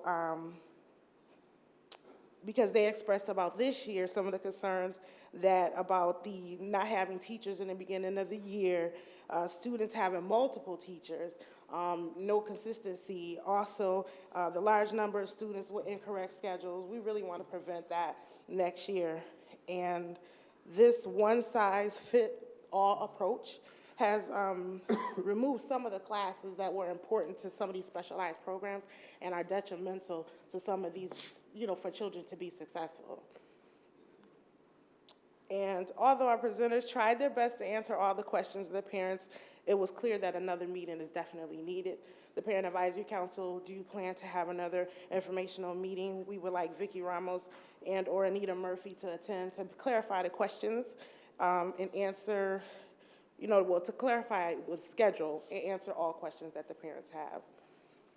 So we will be planning that after the holidays. And the last thing is the parent group report. That was something that we started last year, which was reporting on, and the Office of Parent Engagement has been very diligent. Although the scheduled due date was October 15th, currently 92% of our schools are in compliance for having a minimum required parents or school-based planning team, and 88% are in compliance of having a parent or a functional parent group. And a functional parent group is defined at least with 2 executive members and 2 other members or parents. Currently, even though we are past the deadline, I just want to name the schools that are not in compliance. Number 28, number 29, 36, 44, 45, 54, Robert Brown, Rochester STEM, and Vanguard.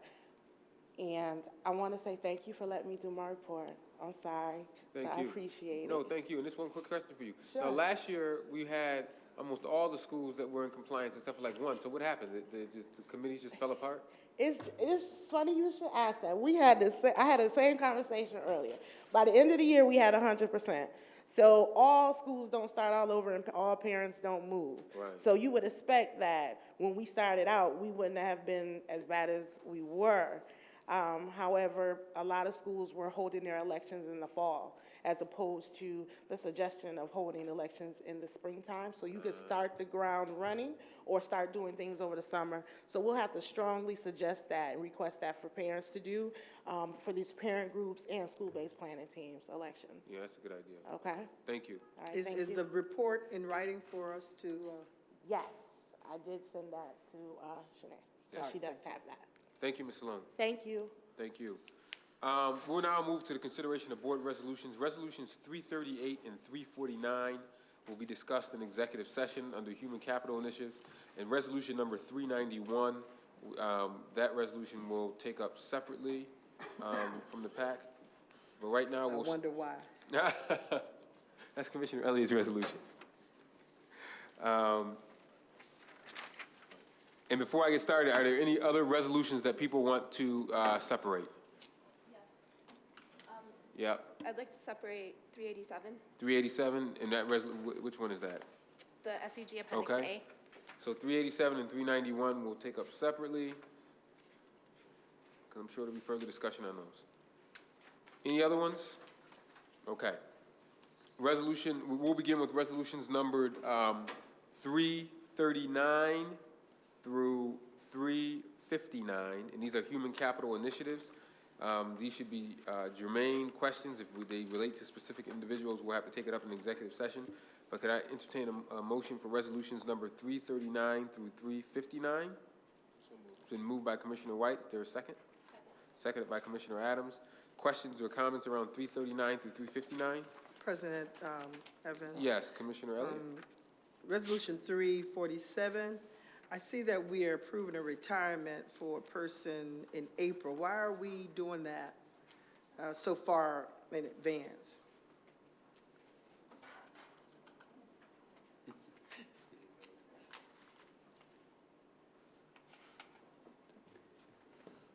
It is our practice to accept retirements at the board meeting immediately after they're received. That allows us to ensure that we're able to plan to fill any vacancies or to accommodate the need to cover those services without having to worry about the possibility of things being revoked at the last minute. Thank you.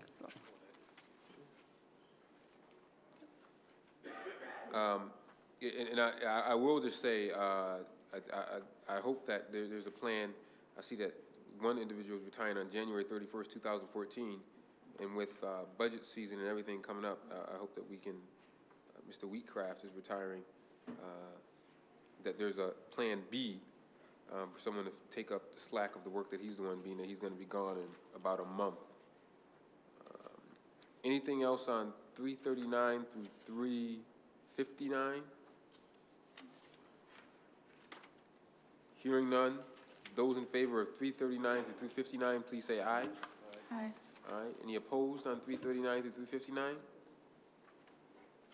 Okay, the ayes have it. Thank you.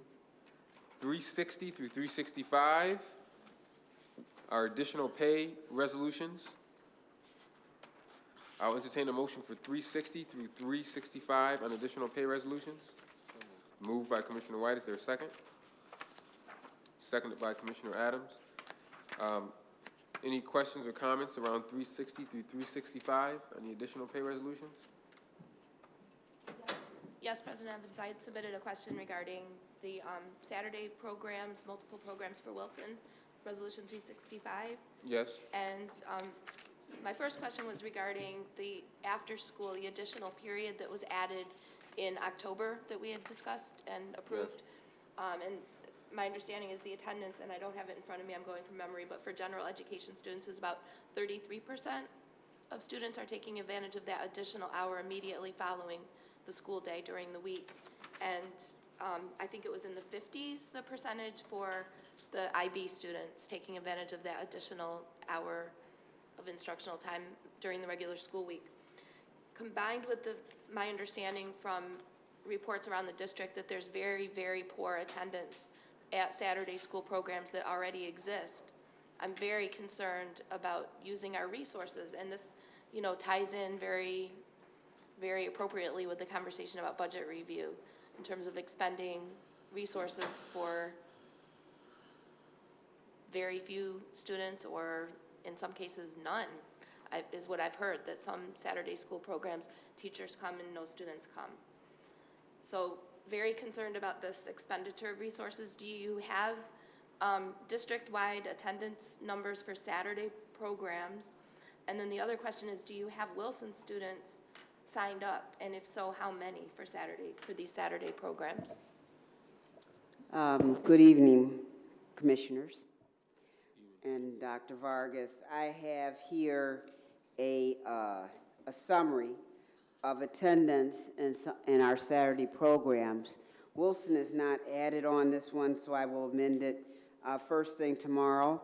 In some cases, the schools have not started yet the Saturday schools. The one that is concerning that we were looking into was the one at Edison. I think that was your original question, at the STEM program.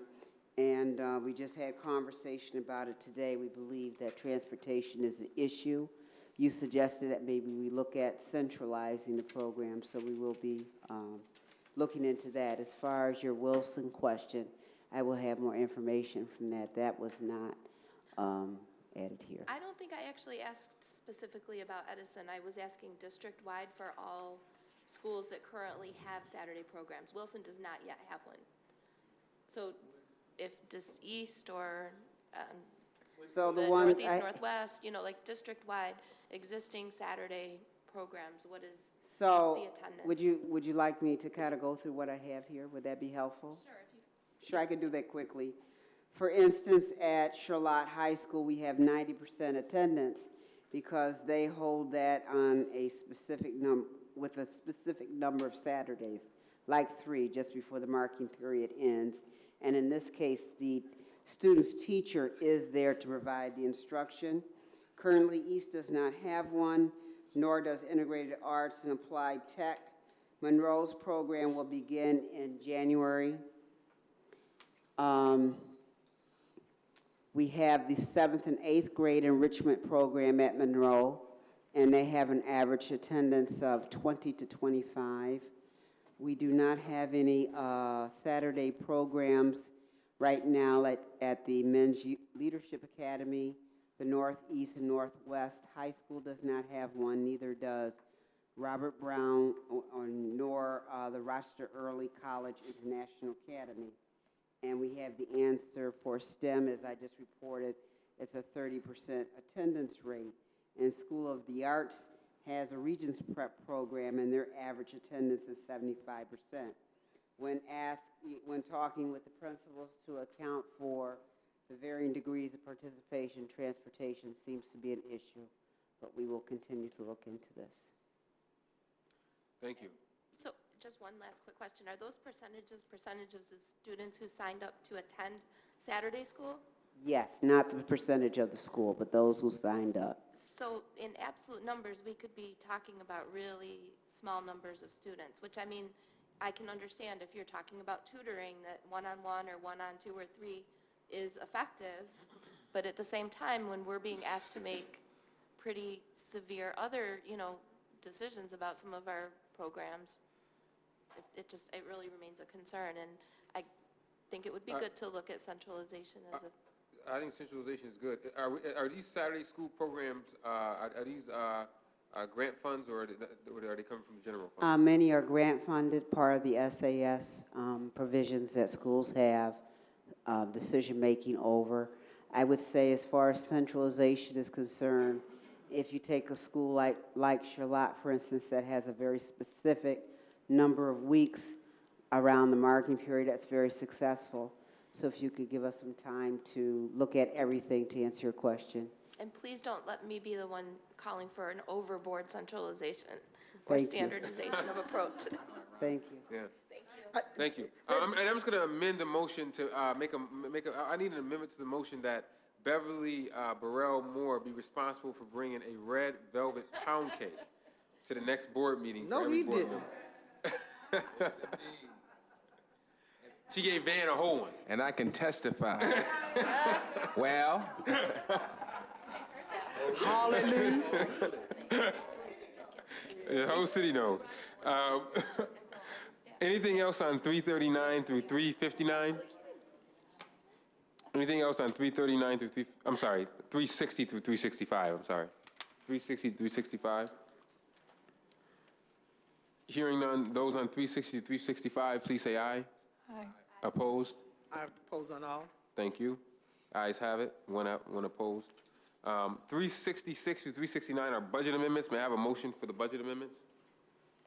Moved, is there a second? Seconded. Discussion on budget amendments. Commissioner Powell, I don't know if there's anything you wanted to add. These just go through the Finance Committee. As you know, we have these from time to time throughout the year.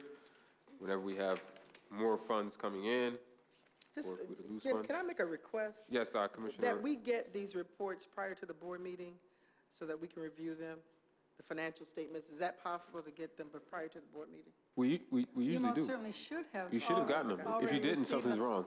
Okay. Yeah. Firstly, I If mean, we can they're follow up available with to the Finance Yeah, we can follow up Committee. with Commissioner Elliott's package. She should have gotten those financial statements Yeah. prior. I don't think I ever get those. Really? Okay. Can you just thank double check to make sure that? Thank you. Anything else on 366 through 369? It's been moved and properly seconded. All those in favor, please say aye. Oh, yes, I'm sorry, Commissioner. Real quick, Commissioner just White. want to give credit to Bill Ansbor and his staff. He has made the point that, on behalf of the superintendent, of course, that there's an effort to be transparent. And they are not only transparent, Mr. Superintendent, but the way in which they have presented the budget and the various amendments to the Finance Committee has been really helpful to people who really aren't familiar with that whole process. And that would be most of the city of Rochester. So I think anybody who would read these documents would really appreciate the effort that they put in to bring clarity to an otherwise pretty confusing process. So I just want to say thank you for the rest. Thank you, Commissioner White. And thank you, Finance team. Next ones are educational facilities, 370 through 382. I'll entertain a motion for 370 through 382. Moved by Commissioner Elliott. Is there a second? Seconded by Commissioner White. Questions and discussions around educational facilities resolutions. These did come through the Finance Committee. Commissioner Powell, I don't know if there's anything you wanted to add in additional to this. These are pretty standard. Hearing no comment or discussion, all those in favor of 370 to 382, please say aye. Aye. The ayes have it. Thank you. Resolution numbered, we're going to take resolutions numbered 387 through 395 with the exceptions of 387 and 391. Should we 383 to 3 under other? 383, yes, through 395 are other, with the exception of 387 and 391, which we'll take up separately. So I'll entertain a motion for 383 through 395 with the exception of the two in which I mentioned, 387 through 391. Moved by Commissioner White. Is there a second? Second. Second. It's been properly moved and seconded. Commissioner Campos. Discussion on 383 through 395 with the exception of 387 and 391. President Evans. Yes, Commissioner I have to Elliott. abstain on 384. Okay, Commissioner Elliott abstains on 384.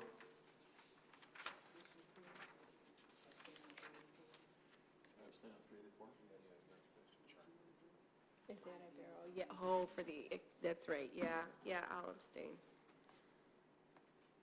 Okay. Anything else on 383? Are you taking discussion on 383? Yes, I am. Okay. May I? 383. Yep, Commissioner Adams. So the consultants that we enter into agreements with and work with for our school improvement grants and our various turnaround improvement efforts, the board is not ever involved in the early stages of, being in the weeds, so to speak, of identifying exactly which partners would be beneficial to work with. But I'm always uneasy, frequently uneasy when we review the language describing some of these consultant organizations, seeing the addresses in Utah and California and Rhode Island and New York City and so on. And I'm going to be voting against these consultants that have the kind of language that's, very much a business agreement. This is for professional development. A lot of it's online.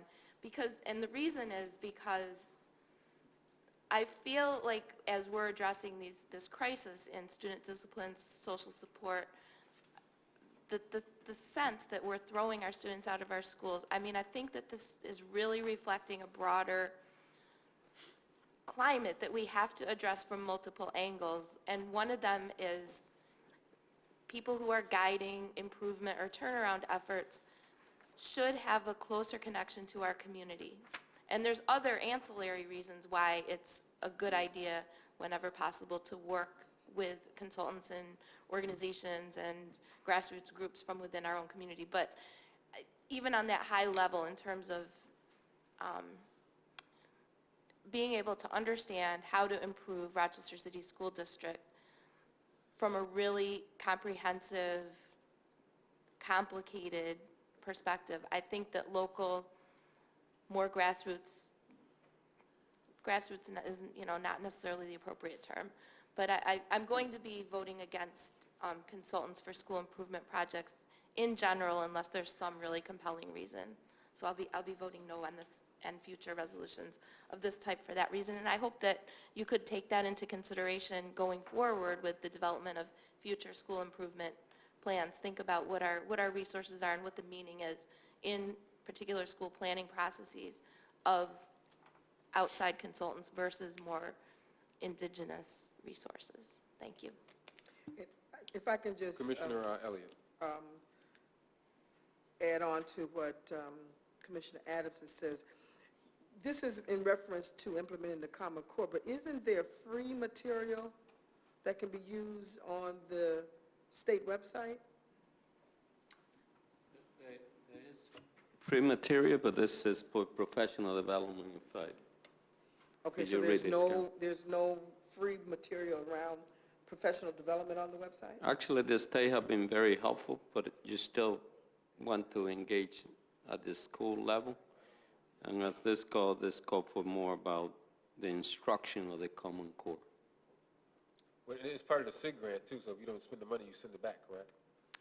Not only you don't send it, you have to send it back, but you have an agreement with the state that is it's an agreement that you say you're going to take certain action to turn that school around. And if you don't, then you really out of compliance with what you agreed to do. And quite honest with you, the commission doesn't take this lightly. However, the question from the commission and other is a valid one, because here in Rochester and elsewhere, we have been trying to turn around school for quite some time. And, there are some reason for concern in terms of our investment, which is appropriate from the bottom to the top, or the top to the bottom, so. Okay, thank you. Anything else on 383 through 395 with the exception of 387 and 391? Hearing none, all those in favor, please say aye. Aye. Aye. Any opposed ones? Yeah, 383, no. 383 no for Commissioner Elliott, 383 no for Commissioner Adams. Okay. We'll now move on to resolution number 387. 387 is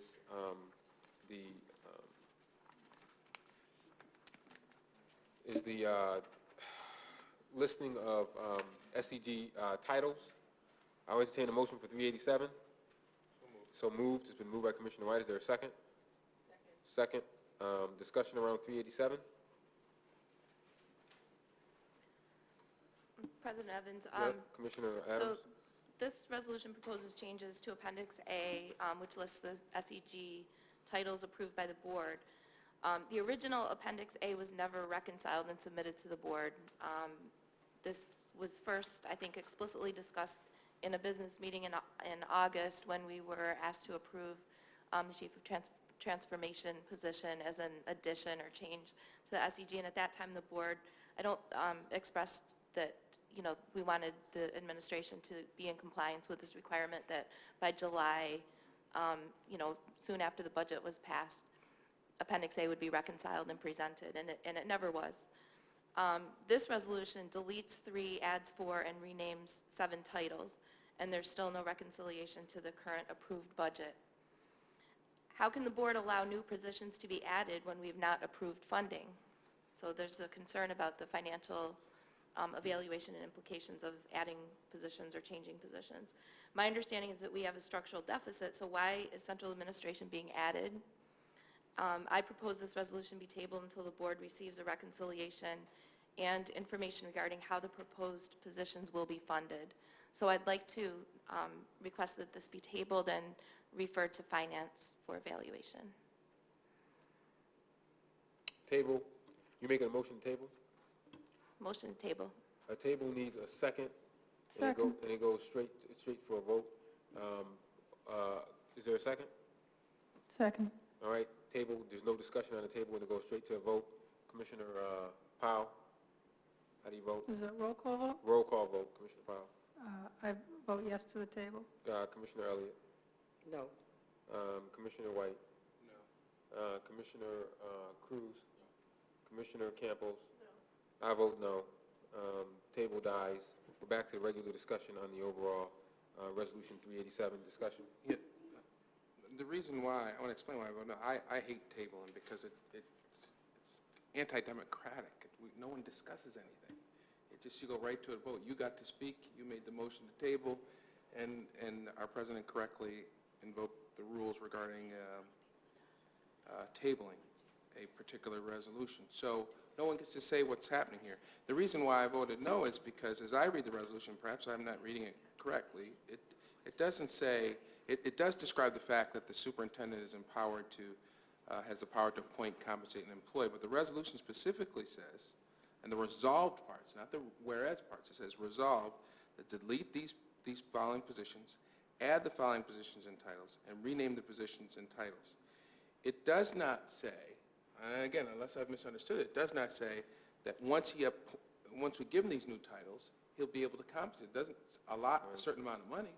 So that's why I voted no to the motion, unless I've misunderstood it. While he does have the power to compensate, there's no money set aside to pay these people in this resolution. So why do I have a problem? If he thinks that he has to have these titles, the next thing he's got to do is come to us and ask for the money for it. He doesn't automatically, unless I've misunderstood it, he doesn't automatically, right? He doesn't automatically get that money for these positions. So that's why I voted no. Can I respond? Commissioner Adams. So again, the reason for having a recently implemented earlier this year resolution from the board to require that in July an Appendix A be updated and reconciled is for board clarity and transparency in terms of budgeting that's done, in a deliberative process to come up with an adopted budget being reflected in the positions that exist and the titles that exist and, where relevant, the numbers of positions. So we've failed to have that provided to us as a tool for us to be able to conduct resource evaluation and to understand what's happening. My concern is not just within the SEG titles, but also the back and forth between non-SEG administrative titles, so ASAR positions and so on, that may be in flux. And for me, as a non-financial, as a person with lay educated knowledge in finances, I need to have a deliberative process. I need to be able to see things lined out and matching up with budgets. And when there are changes and positions being added without a deliberative process through the finance committee or outlined, it makes it very difficult for me to be a steward of finance, to understand. The chief of school innovation already exists. The director of facilities already exists. I believe the only one that does not exist is the ombudsman for customer service. We already have a director, and also the director of procurement and supply already exists. So we're not adding really tons of titles here. And also the ones that need to be, and also it's important to note that this obviously is also subject to negotiations, because as you mentioned, some of these positions are in bargaining unit positions, so this gives the superintendent to have discussions with bargaining units to see if he's able to move these titles into Well, the question, into those positions. then the question becomes, if there hasn't been discussion with the bargaining units, why should we approve this at this time?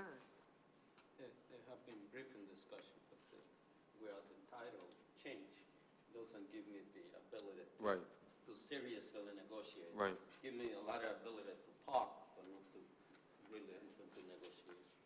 Can I just make a quick comment? Yeah, Commissioner Campbell. I mean, it's ironic that we're using, you know, a $10 word for the customer service, like the ombudsman. Is that how you even pronounce it? Yeah. I mean, really, if we're trying to be customer friendly, can we please use like the dollar word as opposed to the $10 word? Because I'm sure, I had to look it up. I didn't even know what it was. I'm gonna be honest. Well, you know, see, it's not, a couple of other school It's districts. just, Yeah, a couple of other school districts come have, a couple of other school districts have the ombudsman function, Seattle schools, for example, and a couple of It's hilarious. other organizations. And a lot of colleges also Hey, have. just call it what it's ombudsmen. supposed to be. I mean, Call it customer service dude. there you go, right? He's a I like dude. it. Okay. What do you mean? It's a different concept. Customer service is a business marketing concept. Right. Ombudsman is it has to do with equity, independence. Yeah, it's a different concept. So it's like we're trying to push them all together because we're not clear on what we're talking about as a public education institution in terms of customer service versus, Yeah,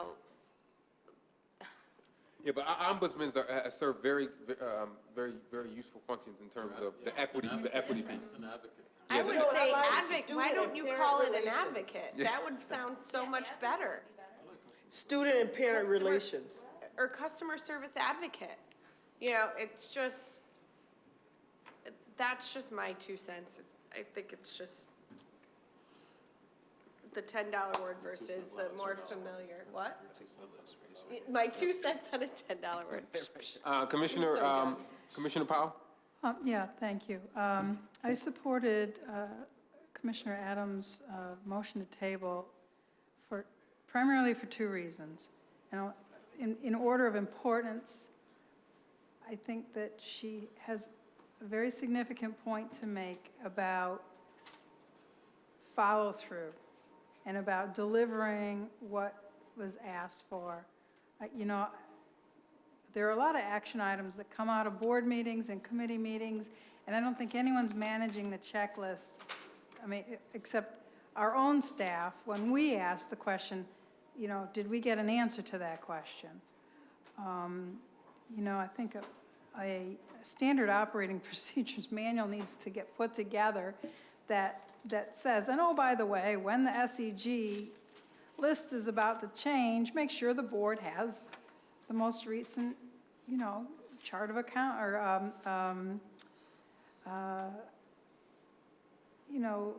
position chart and chain of command. It's not that hard, and we shouldn't have to ask for it in the fashion that Mary has asked for it. She's made it very clear that there's a history here, and that, I think, is the valid point, and that needs to be underscored. And so this resolution will pass. The next thing I would ask for is for this board to direct the superintendent to deliver upon what was asked back in August. My second point is we did pass the amendments to the budget, but neither here nor in a finance committee was the discussion at such a granular level that we don't honestly know if there was an adjustment made to the superintendent's budget that's sufficient to cover the pluses and minuses of a new chart. To Commissioner White's point, we may have already done that, but it's probably a rounding error to a rounding error in the $16 million of changes that we've already voted on. It did not rise to the level of capturing our attention. Okay, anything else on 387? Well, I just don't know where this leaves us. Yeah. I mean, again, I hear conversation about a prior, I don't think it was a directive, but a request that Appendix A.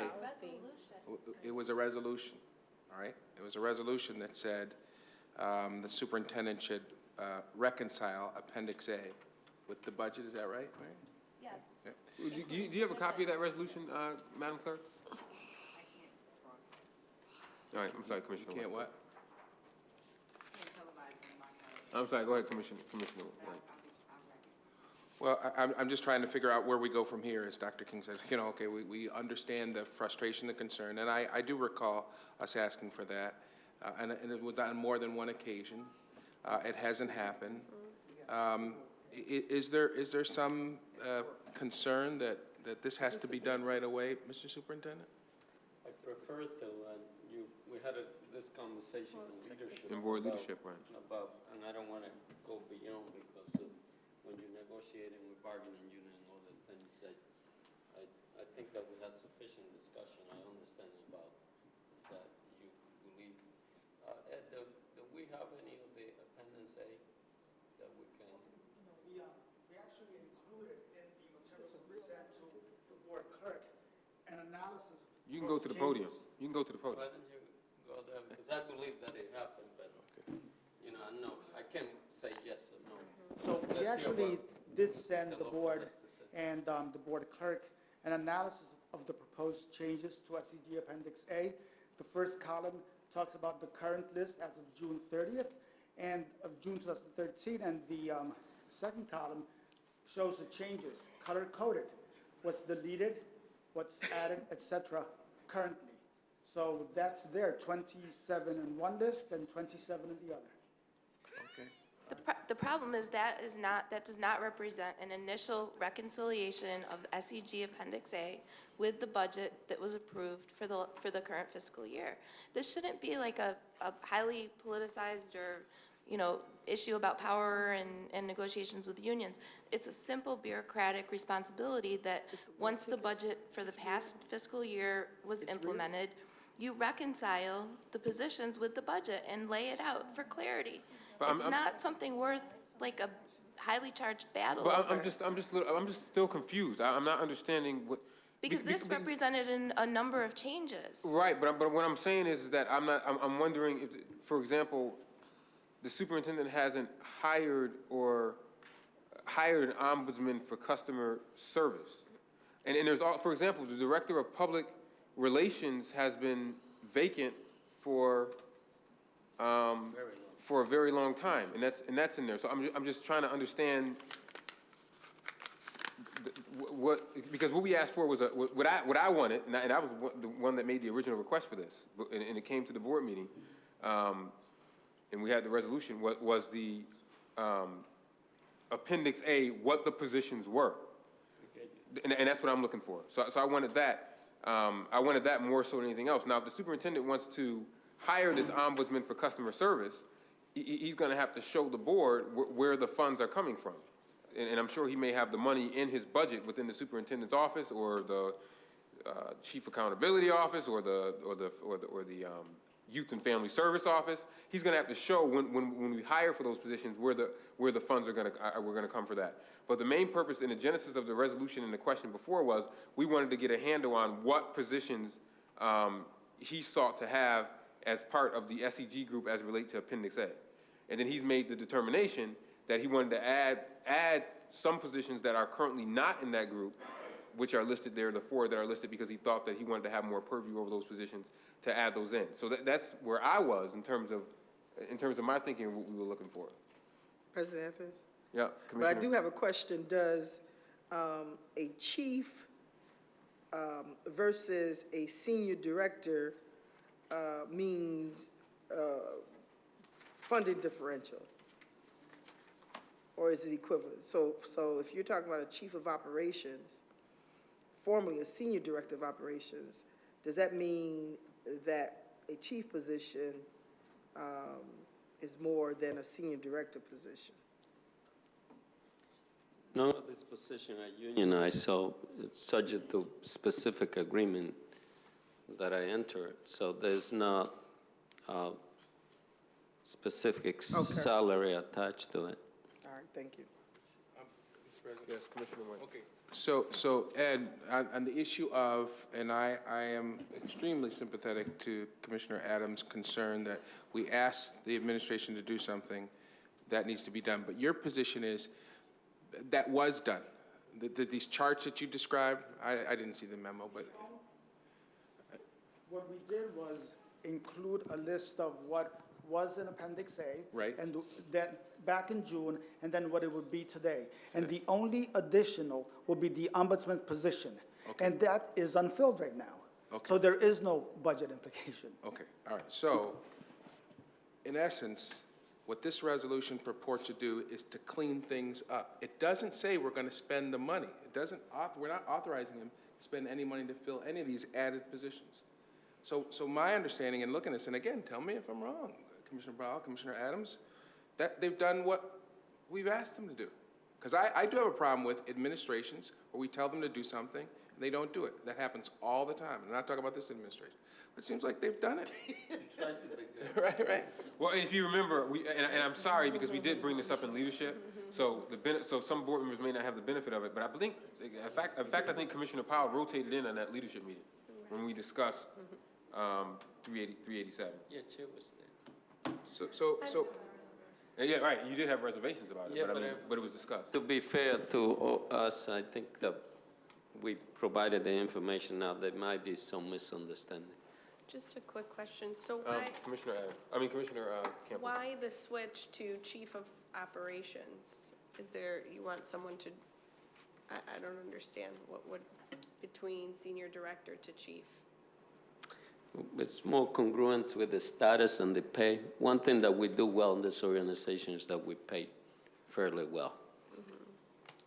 So would this person be on your cabinet? Is that Yes, now and wasn't before? It's a key person now. I choose, like I have pretty much a SEG I consider part of my managing team. And I meet sort of like cabinet A, B meeting, so that I hold every other weeks. So the person is not on your official cabinet, but now you want them to be. Is that, I'm just trying to understand.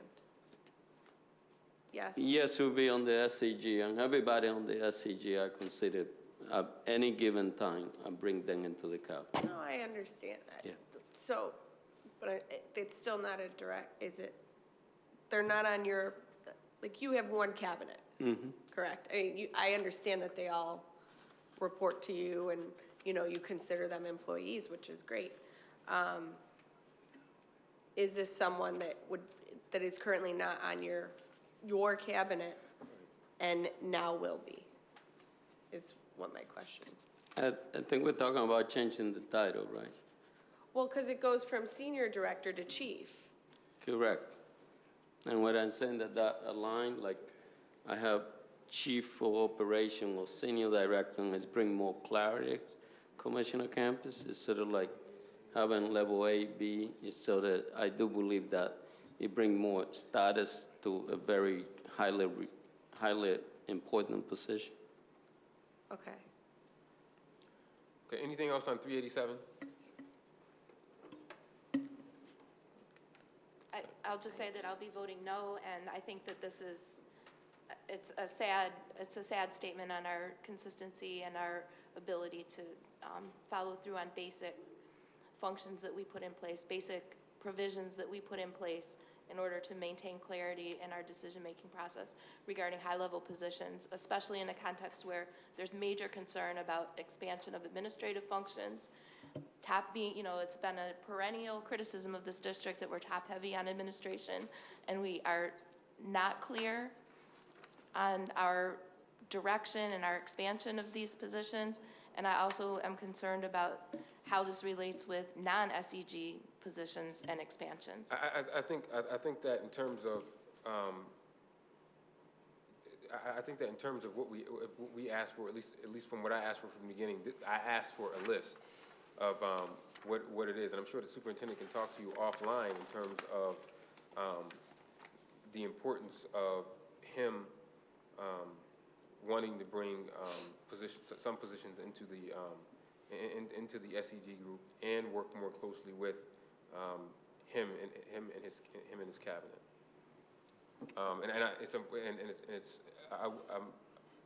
And this is why I think the leadership meetings are so important. But unfortunately, sometimes everyone doesn't get the benefit to have the conversations around this. This is not about judgments about what, like, particular needs. This is about a procedure. And just to, this was a resolution that was adopted 7-0.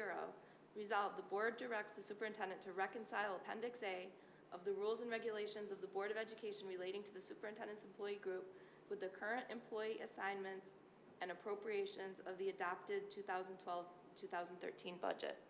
So it's a simple, it doesn't have to get to a contentious, I'm not looking for a challenge on what specific positions are needed or not needed. I'm talking about basic procedural consistency. There was a reason why we said that we wanted to have the SEG Appendix A reconciled with the budget that we had deliberated and approved. That's all. And we believe that we fulfill that, but like I say, there might be some misunderstanding. Mr. President, again, not to beat the proverbial dead horse, but if you look at the resolution, it says delete the positions and titles. As everybody knows, we haven't had a director of public relations for quite some time. He's saying get rid of the director of labor relations and senior director of labor relations. It's 1, 2, 3, getting rid of those. Those are currently on the list. He's saying get rid of those. And then he's saying, I want to add. We may not like it, some may not like it, but he's saying I want to add to that list 4 positions. And then he's saying I want to rename 7 positions. I'm assuming that all these positions on here are on that list, Appendix A. I think Ed said there's 27 and they're, right? So they're doing exactly what we told them to do. I mean, I don't see what more they could do. Now, we may not agree with, whether there should be an additional position called, and I don't think we should drop this point. I think we should talk about it a little bit more because I think Melissa makes a good point. I don't even want to try to say the word ombudsman for customer service. I think it's reasonable to suggest it should be go by a different name. Most people can't even say that word and don't even, while Jose and others may know that it means an advocate or may construe that term to mean an advocate, I think reasonable minds might come up with a different name for that. But Mary, with all due respect, I think they've done, it took them a long time. It shouldn't have taken this long, but it's done. But okay, so before we beat the horse. I mean, I could help you after the meeting. I mean, I understand that the legitimacy that we could have a misunderstanding that we feel that we have fulfilled your request, and it's understandable. Can we take it to executive session, Well, my only concern is that this number 4, this ombudsman, can I make a friendly amendment to change the name to that? I don't think the superintendent cares what you call it. He just wants somebody that does customer service. Call it something. Right? He just wants someone that's gonna handle customer service. Hence, from what we talked about today. I don't know what you would call it. Just point of order. Customer service representative. Mr. President, I don't think we are in a position to start naming titles for the superintendent and staff, but if we don't like the name, I think we can just tell them we don't like the name and see if there's other possibilities of renaming the name. The problem is it's a resolution. Then let them come back with it at this point, but. Then we would table the whole thing. Well, no, But I wouldn't say the table, but you could pass and then I could come back with a more friendly name, if you will. Personally, I like the word ombudsman. I would urge everyone. That was your president That was my recommended to idea. me. So And when you follow the board, you get killed and sometimes. if you look Mr. President, you're a good one. Exactly. I was just And following if you look at didn't want to say that. If you look at the Latino report, at least this is what Plonzinski talked about. He said an ombudsman for something else. He used that word. He also used that word. So it's a word. It's a good word. And I would urge people to look it up because it really is about equity and ensuring that the person makes sure that people who have problems getting down the door, that the doors are open. So it's a tough word to say, but I would use a more friendly word for the public, to utilize President Evans' suggestion and your suggestion. So in the literature, when you talk about a report or something like that, you can include that word, but for in-house to our public, we can use a more friendly. Right, friendly word. Yeah. Like, for example, we changed the Quality Assurance Committee to ESA, so, I mean. Yeah, like, you face the same thing between commissioner and board member. Right. Like, for example, when I say commissioner campus, some people understand board member because you run and people are familiar with that. So I suggest that we do the same thing. Internally, we can have that title, and then externally, we can be more friendly. Yeah, for example, Malik means king, but I don't have any of you guys call me king. Unless you want to. Not in this lifetime. Okay, anything else on, anything else on 387? All those in favor, please say aye. Aye. That's how I get people to say Malik. They say, Malik, can we call you a different name? You go by a different name? I say, it means king, so if you want to call me, also, we'll call you Malik. All right. So, No. noes, we have two noes. 391 is a, No, y'all are really interested in that, in 391. the reason why 391 is being brought back up is because it's not the same resolution I'm not gonna let it die. from last time. It does have a different wording. It's now resolved that the Board of Education be. Yes. So I'll entertain a motion for resolution number 391.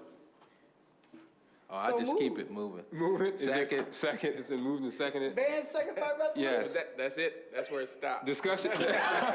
Just to let you know. Discussion around 391. We discussed this. We discussed this at the last meeting. Well, let me just say, Commissioner. I'm going to continue to bring it up. You know how I feel about our students and staff being in that building. And until, you guys get touched by the good Lord, I'm going to still bring it before this body. So this is the second time, third time it's been brought before the body? Second time. Second time. So it'll be on there. Mr. President? Yes. Commissioner Powell. I would ask that the board president carefully consider future attempts to put this on our agenda. If with simple one-word changes, there has to be substantive difference from one addition to the other. Else it should be considered as an out-of-order request. Thank you. So noted. Anything else on 391? All those in favor, please say aye. Aye. I said psych. All those opposed? Nay. Nay. Nays have it. Resolution, we voted on all the other resolutions. We're now going to move into executive session. I'll entertain a motion to go into so moved. Is there a second? Second. We are in executive session. We were adjourned from executive session. Thank you.